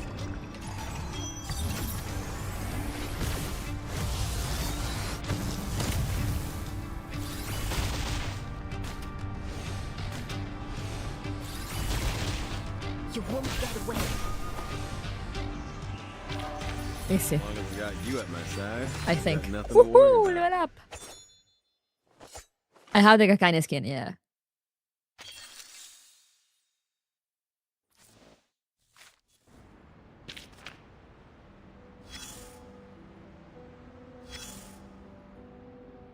Oh, let's listen to the narrator. Let's take a step back.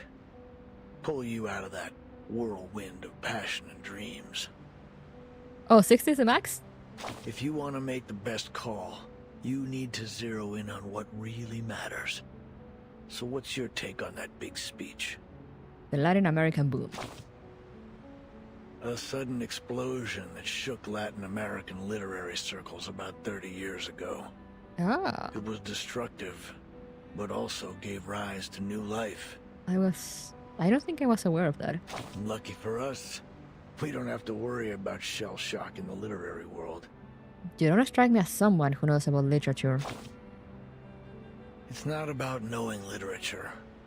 Any soldier with little experience can deliver a status report. All right, eyes on the map. As we speak, ships are lined up on the Spanish coast. But this time, they're poised to make a new kind of discovery. If you can call it that. And here are our new Columbuses, heading to the docks to embark on their journey. Who are these new Columbuses? Carmen and Carlos, the driving force behind this literary feast between Spain and Latin America. Carmen, with an eye for opportunity and a mind for business, sought out the continent's literary gems and secured generous publishing deals for them. Carlos, with his deep understanding of market dynamics, brought these works to the eyes of the European public. What happened then? Then, a golden era began. It all kicked off with a scandal at a military academy. And soon, the entire world was captivated by the story of a baby with a pig's tail from a faraway land. But we mustn't forget the writers themselves. Fuentes, a towering figure of the Spanish-speaking world, and Cortázar, the writer ever seeing through the eyes of a child. And of course, Mario and Gabo, key players in this literary revolution, will forever be etched in the annals of history. They corresponded regularly, always expressing deep admiration for each other's work. In fact, one even wrote a doctoral thesis on the other. Ah, friendship. That must have been a proud time for them. It was. But no matter how explosive the boom was, it couldn't escape its fleeting nature. With the second imprisonment and self-criticism of a Cuban poet, in came an inexplicable right hook, and bang, silence. The military junta had gripped the poets' throats. The verse of the pioneers was cut off, their voices no longer heard. The bond between two generations was broken, and for the younger of the two, the silence was intolerable. They looked for a new theme, a new idea, a new voice, a new method to speak on their disappointment, their horror, and their anger. And they became the new guerrillas. Huh. They were just good friends. Yeah, exactly. Let's see what Doris was up to. The Women of Shadows, Volume 2, Towering Walls, Prisoners Deep in the Abyss, paint pictures of the sky.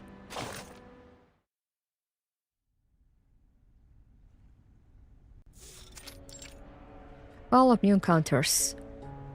I read in an article once that you Chileans don't like Baroque literature. Something about it being too noisy. You sure are a quiet bunch. Wow! The call out. Yeah, Chileans are considered pretty quiet to many people, to many of other LATAM countries.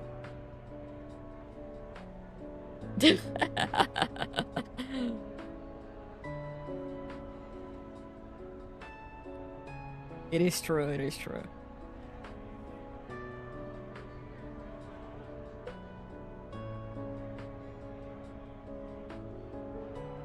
Jokes on you, I can't read.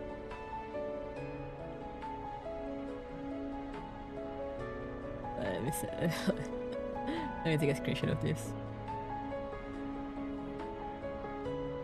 El call out.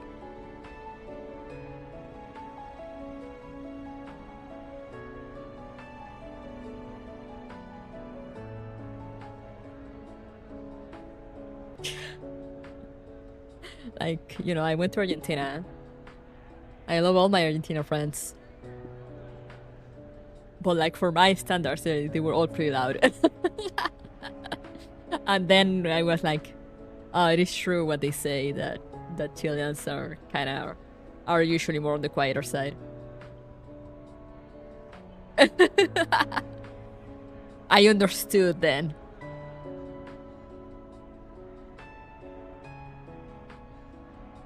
Is that so? And you Argentinians just love it, right? If you are any metric to go by, I'd say you're all loud and obnoxious. Damn! This is true Chile Argentina banter right here.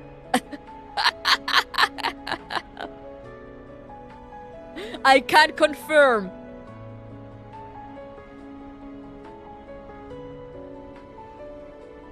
True to life.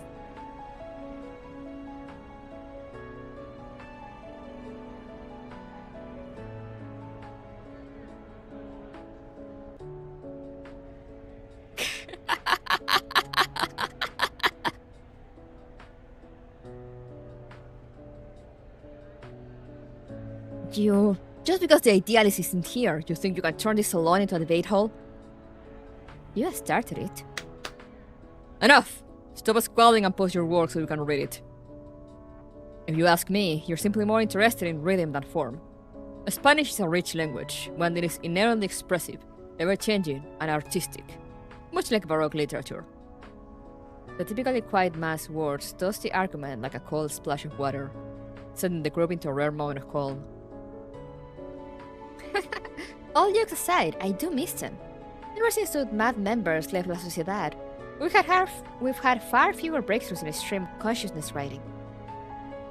I, for one, will gladly discuss the aesthetic value of a stream of consciousness composition.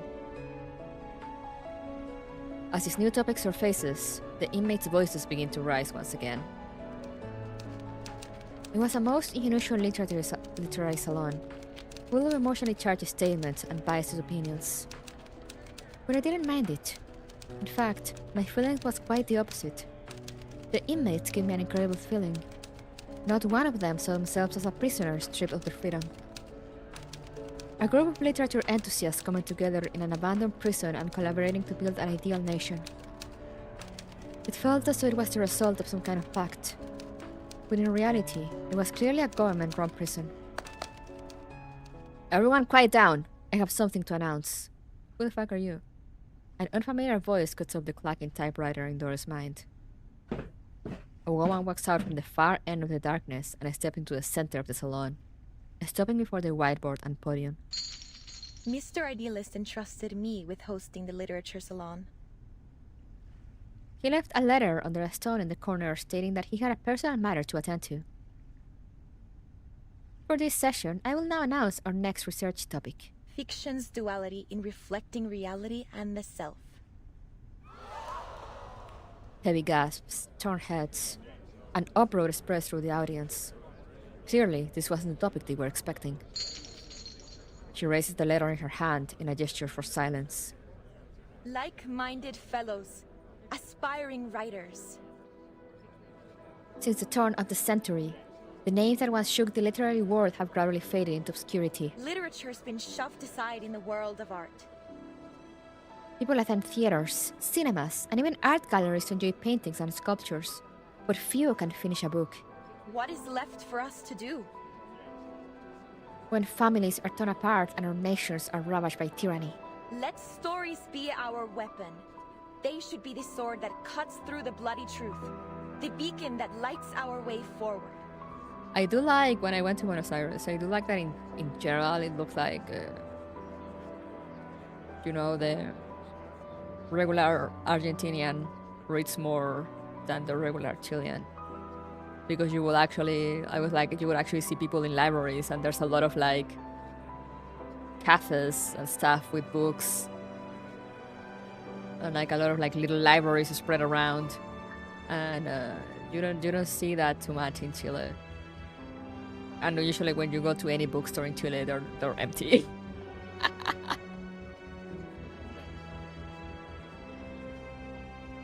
The audience falls into silence. You could try writing a Latin American war and peace, and we could continue with the original salon topic. The two aren't mutually exclusive. We've spent the whole month preparing for the topic the idealist previously proposed. If you insist on changing the subject, then I'm afraid I'll have to take my leave. Miss Octavia, forgive me for interrupting, but this isn't the topic we agreed on. Everything you've said, we just can't do that. We haven't even figured out things for ourselves yet. Octavia, it's an interesting topic, it is. But perhaps we can talk about it another time. Besides, don't forget the reason you're in here in the first place. For preaching that the novel is a weapon. Yeah, if it weren't for your rich daddy, you'd be on the gallows, not standing here preaching to us. Hey! Another prisoner stands, his voice clear. You completely miss Miss Octavia's point. A great writer should be like an obsessive gravedigger, digging up the rotting flesh of social realism from the grave of our times. Only this vast crucible is worthy to be the host of our literature. At that time, Mr. Garcia looked visibly resistant, and Mr. Julio issued stern reminders, and Miss Roberta attempted to mediate.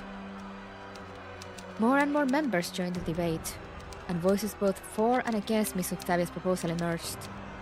It didn't take long for La Sociedad to split into two camps. That was when I realized I needed to do something, to get this derailed literary salon back on the tracks. I'm a writer, and I mostly write under the name Erd. Please allow me to introduce myself. I'm Doris from Sao Paulo. I'm a writer, and I mostly write under the name Erd. Erd? That name sounds familiar. Have you written for Atu? Are you the Erd in Atu? Whoa, I never imagined we'd be welcoming such an honored guest today.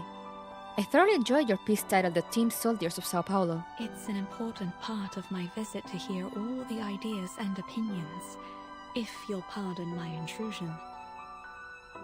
Then tell me, Miss Erd, what are your thoughts on today's salon topic? A difficult question, one involving preference, a creative stance, and a political alignment. A scale that is never easily balanced. However, the answer has never been the most important part of such questions. In these restless times, literature has been overlooked, forgotten, pushed to the edges of the world, much like Ushuaia. Some fall into deep thought, others nod in agreement, and a few look puzzled.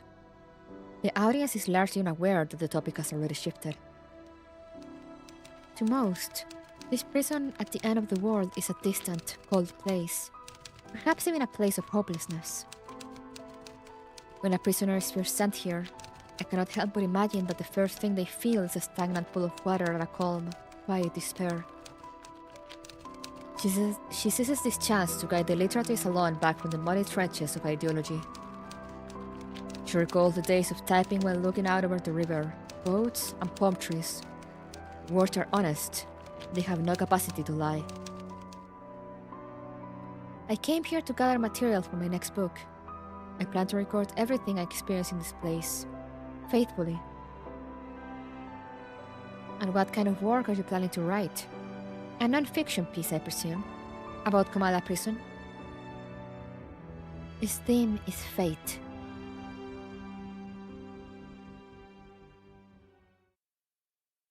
El Ateneo, my beloved. Oh, I loved El Ateneo. So good. Shadows of the Living. Yeah, unfortunately, it's pretty late, so we are gonna roll. I don't think I have enough for a 10 full, so we might need to do single rolls. Wait, what's this? For achievements. Yippee!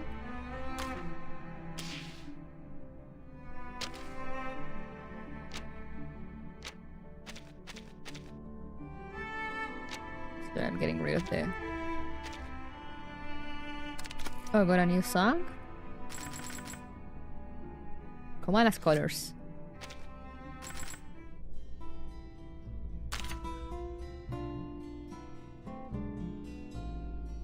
I do love the fact that this prison is surely 90%. I'm sure it is the Ushuaia former main prison. Oh yeah, it is. It is very much based on it. They actually tell at the beginning how it was, you know, oh, you know, it was a prison, blah, blah, blah, and then like it closed, but now they reopen it for arcanists.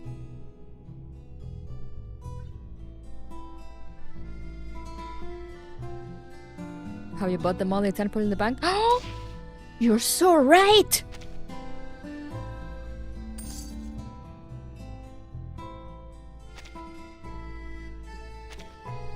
But also let me see the... I also have this. And I should have the level 60 gift. Yippee!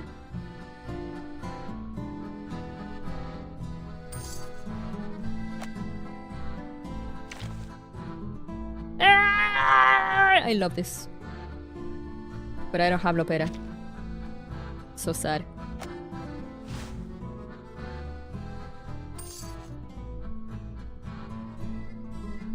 What's this? Oh, to recall the... Okay, yeah, I remember that. Pawn shop. Let's go!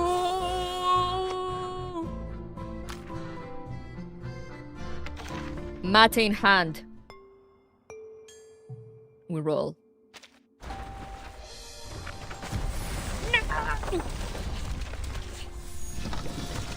Okay, who do we got here though? Everything in the world is born of laws and regulations.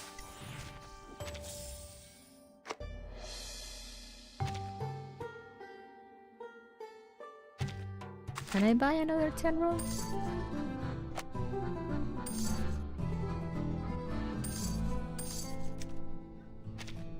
I can.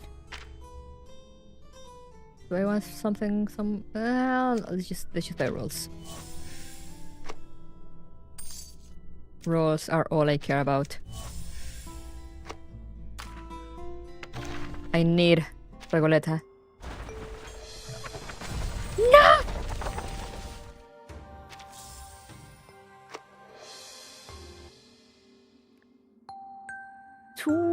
Two away.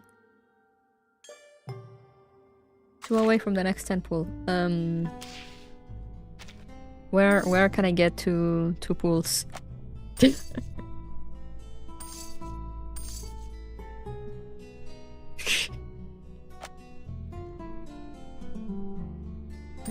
Next month. No, I need them now.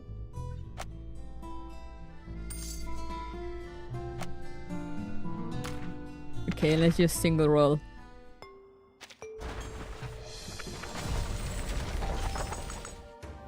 The BSA number?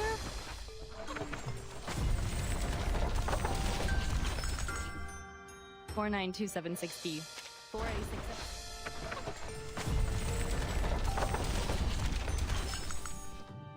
Hi, I'm Sputnik 1's princess. Faith and a dream.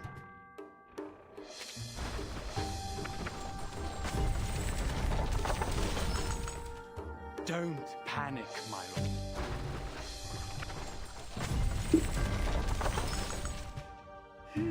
You're not letting me see you, Reggie.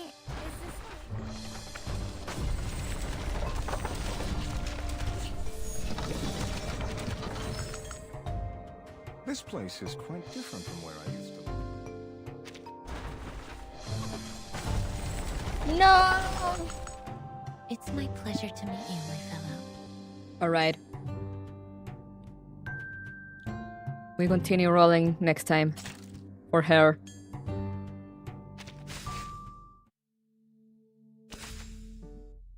We'll get her.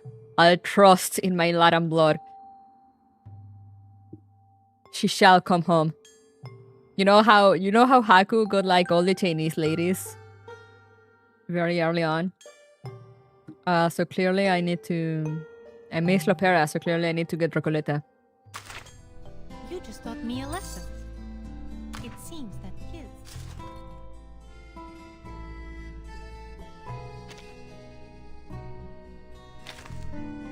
Legally, yes. This event is about fate. Exactly.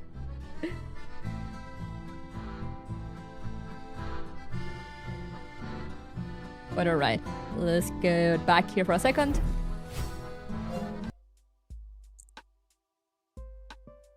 We shall continue next week.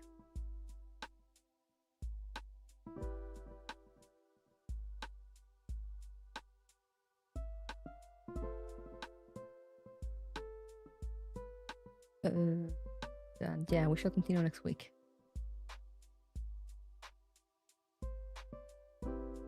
There are pools also. Oh, I could have gotten 2 pools from here. Well, next time. I kind of want to save to get the side cube first. For now, let's return to the login interface. Yes, we closed the game.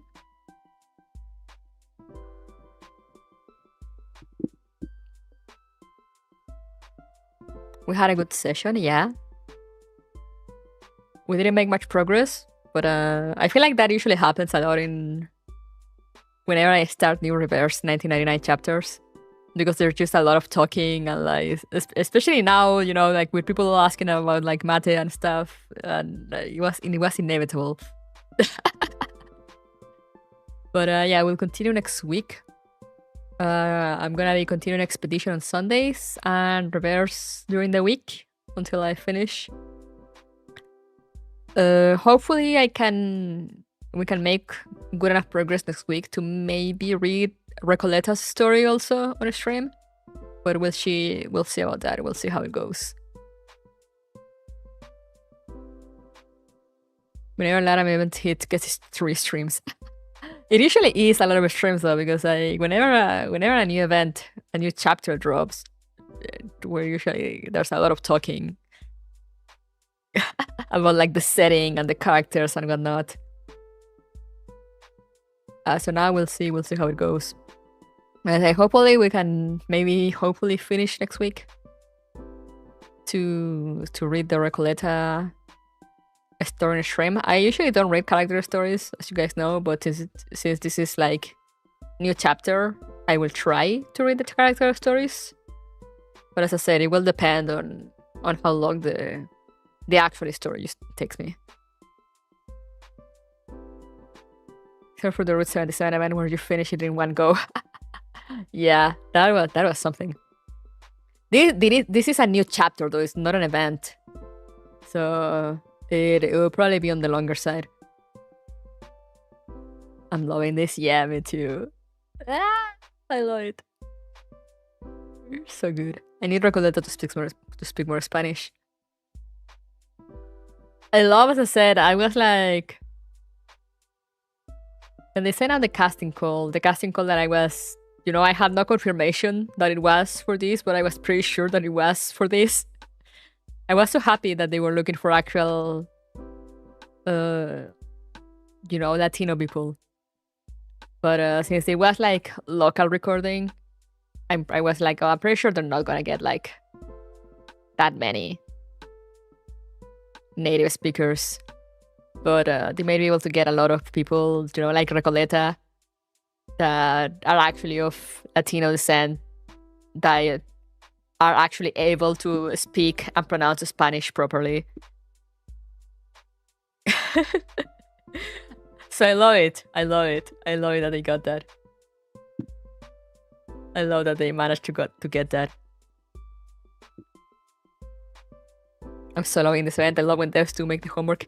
Yeah, as I said, so far the only thing that I've noticed, which is, as I said, is just like tiniest detail, is that, you know, it's March 22nd and they're already like, oh, the winter cold is settling. And I'm just like, it's barely autumn. Come on. It's not even winter yet. You still have a few months till winter. I know it's cold in the south, but it's not winter. It's not winter yet.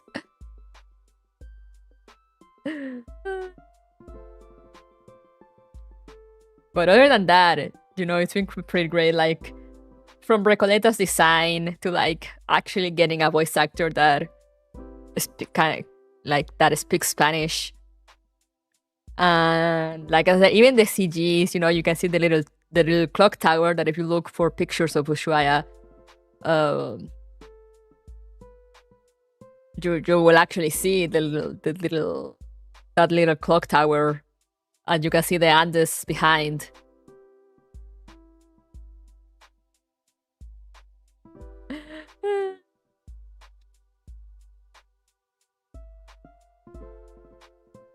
So that I love that, you know, if you look for CGs, you just look for the name of the for the name, you know, you just look up Google Ushuaia, and you will see the pictures and like the CGs it shows. It really is the place, you know. They really like look at the street and just drew it over. Next thing you know, Recoleta will cross the Andes and free Chile and Peru. Let's go.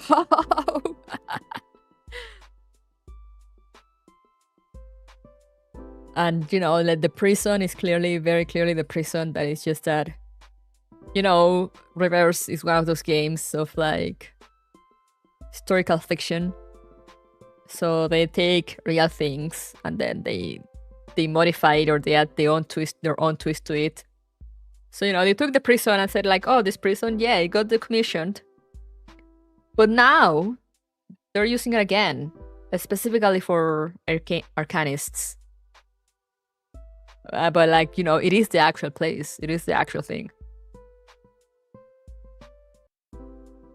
They just sent the artists over there, got them to look at the horizon, and just handed them pen and paper, and were like, just draw. Yeah. Yeah, there's pictures. You will see like literally like the houses and like the little clock tower was the first thing I noticed when I look up pictures, and I was like, oh my god, it is actually just that. Holy shit. The little red tower thingy.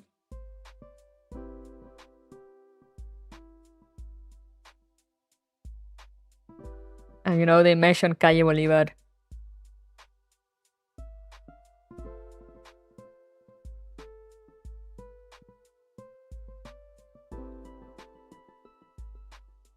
Like, it's so great. It's so great.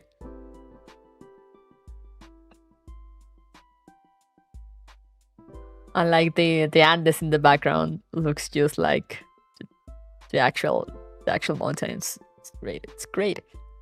You love to see it.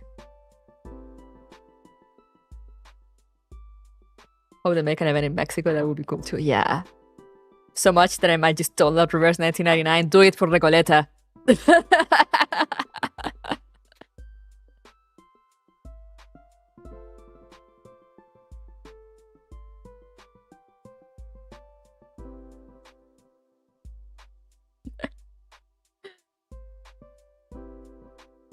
And like I said, if you look at Recoleta's design, you can see there's so many little details on both her basic design and her like ascended art.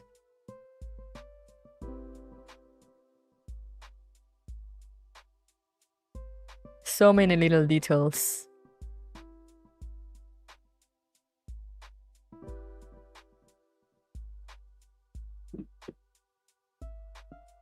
And I was like, it's great. It's great. It's so good. And if you look at it, we haven't seen Aleph yet. I mean, he showed up in the trailer, but like you guys don't know who he is. But he's kind of gaucho coded, and I love it.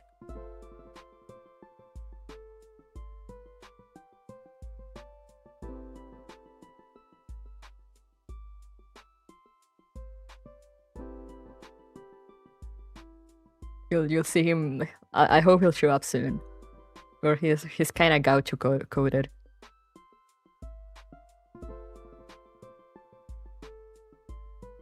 I'm gonna send it in video games.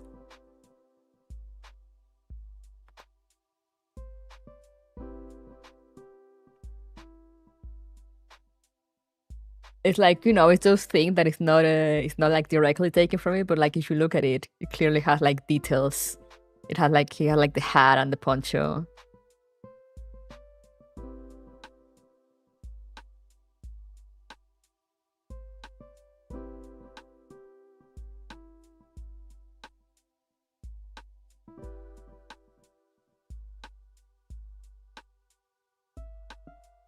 is claiming to me that she write great novels about las mujeres de los Andes and La Pancha Hernandez as a mythical legendary healing figure across the Andes crossing. Real. I'll also send Aleph to you, Fair.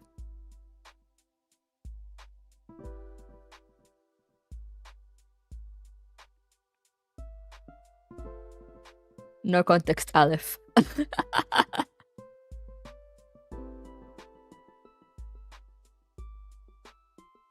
Where is his other art? His second art. Oh shit, I love it. I know, right?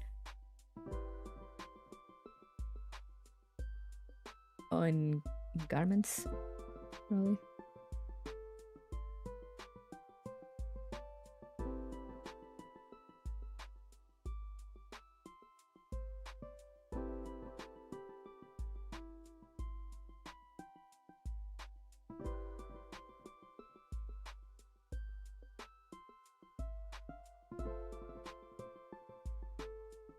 Yeah, his thing gets like completely different afterwards.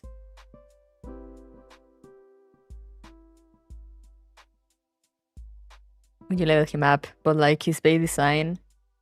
I remember I saw some people complaining about him, and I'm just like, how can you not see the gaucho vibes that he has?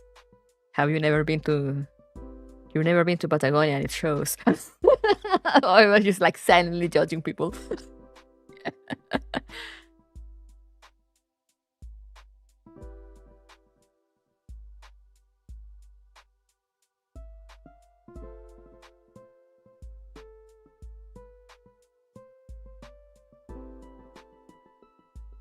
Like he looked like he'll come out of the bushes at night at some point in time. Maybe you're not riding a horse and just shoot you in the back or something.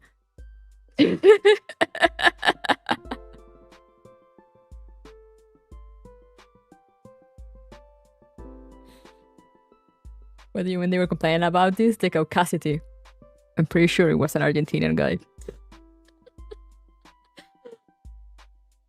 And I sent him a picture of Aleph on Twitter, and I was like, I'm pretty sure. And I sent him a picture of a gaucho, and I was like, how can you not see the vibes? And then he was like, oh yeah, I guess I can see it.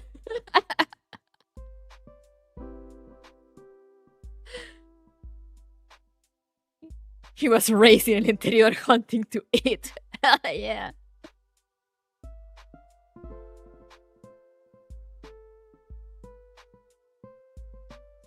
Yeah, I saw people saying like, oh, you know,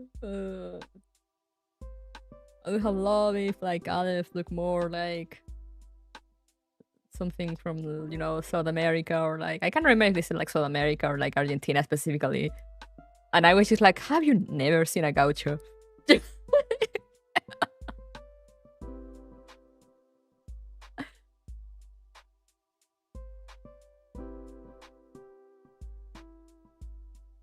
Have you never seen? Shaking my head.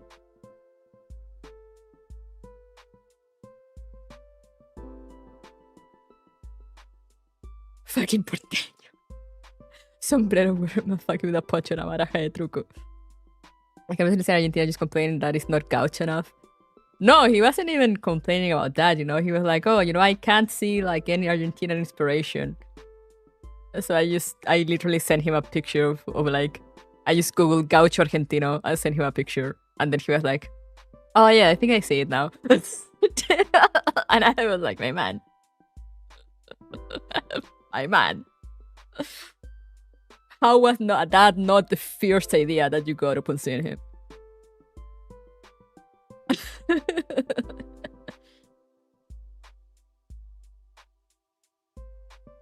Oh, like what did you want him to be? Like he's from like they're in fucking Patagonia. What did you expect? Something not from there?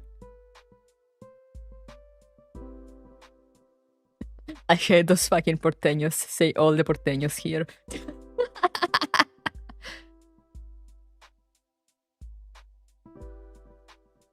Porteños literally don't know anything about Argentina outside of like Pass is insane. like, what were you expecting him to have? Like the Argentinian football shirt? It was a very polite exchange though, because as I said, I sent him the picture. Like, I was like, have you not seen a gaucho? And I sent him the picture of a gaucho, and he was like, oh yeah, I guess you're right. I didn't think about that. And I was like, oh. I was expecting him to like fight me with some idiotic stuff, but like no, he was actually like, oh yeah, I see it.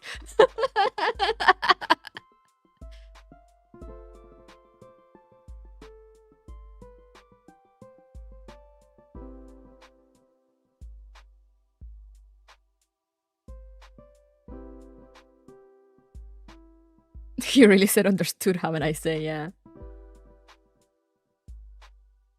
Bro, just never bothered to look.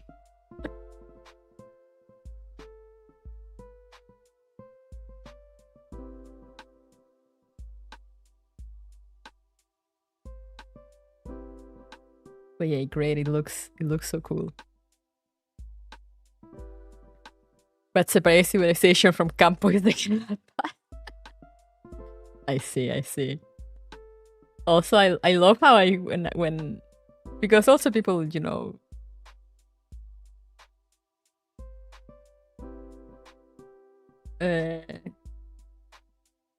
I'm pretty sure it also happened with Recoleta. Maybe not with this to the same extent. So I really love when I show her here and like everyone from Argentina was like, "Mi general! San Martin!" Like, hell yeah. Clearly these people know what about their country.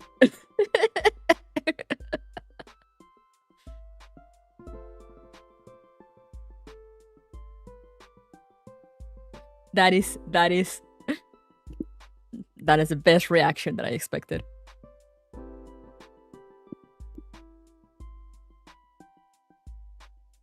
Man didn't see a Messi tattoo or an Argentinian flag used as a poncho on a man who was in the middle of making asado and jumped to literally an Argentinian inspiration. That's also what average. Yeah, the guy's pointing meme happened live. Yeah.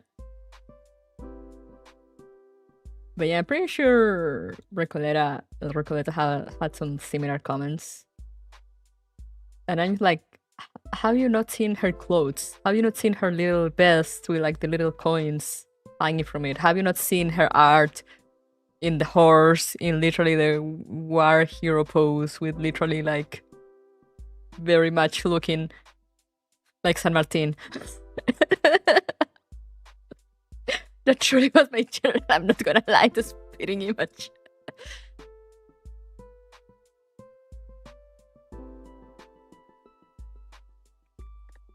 It was literally me. See, and there's people who didn't see it.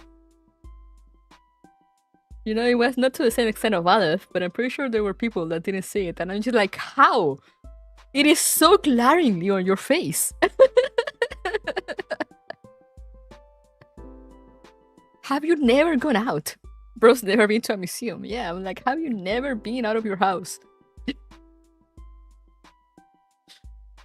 Like, Aleph I can sort of accept because, you know, he has more of like inspired vibe kind of thing. You know, it's still pretty, you know, you look at him for like 5 minutes and then you're like, oh yes, I see now, I see.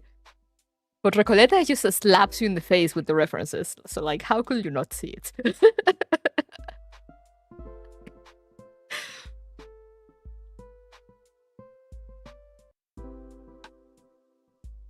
He's got the aesthetic instead of the straight up image. Yeah, exactly, you know.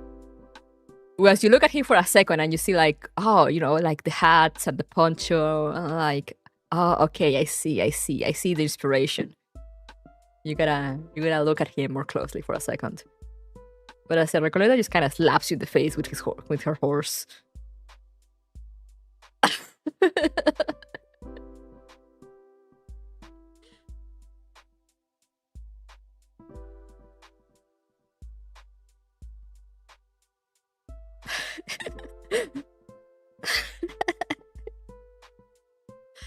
So yeah, I love when everyone starts screaming San Martin.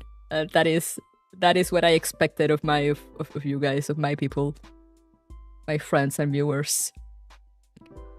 You've proven me right. Vaya, to sub my likes on Twitter. She will. That's why I need her. Pray for me.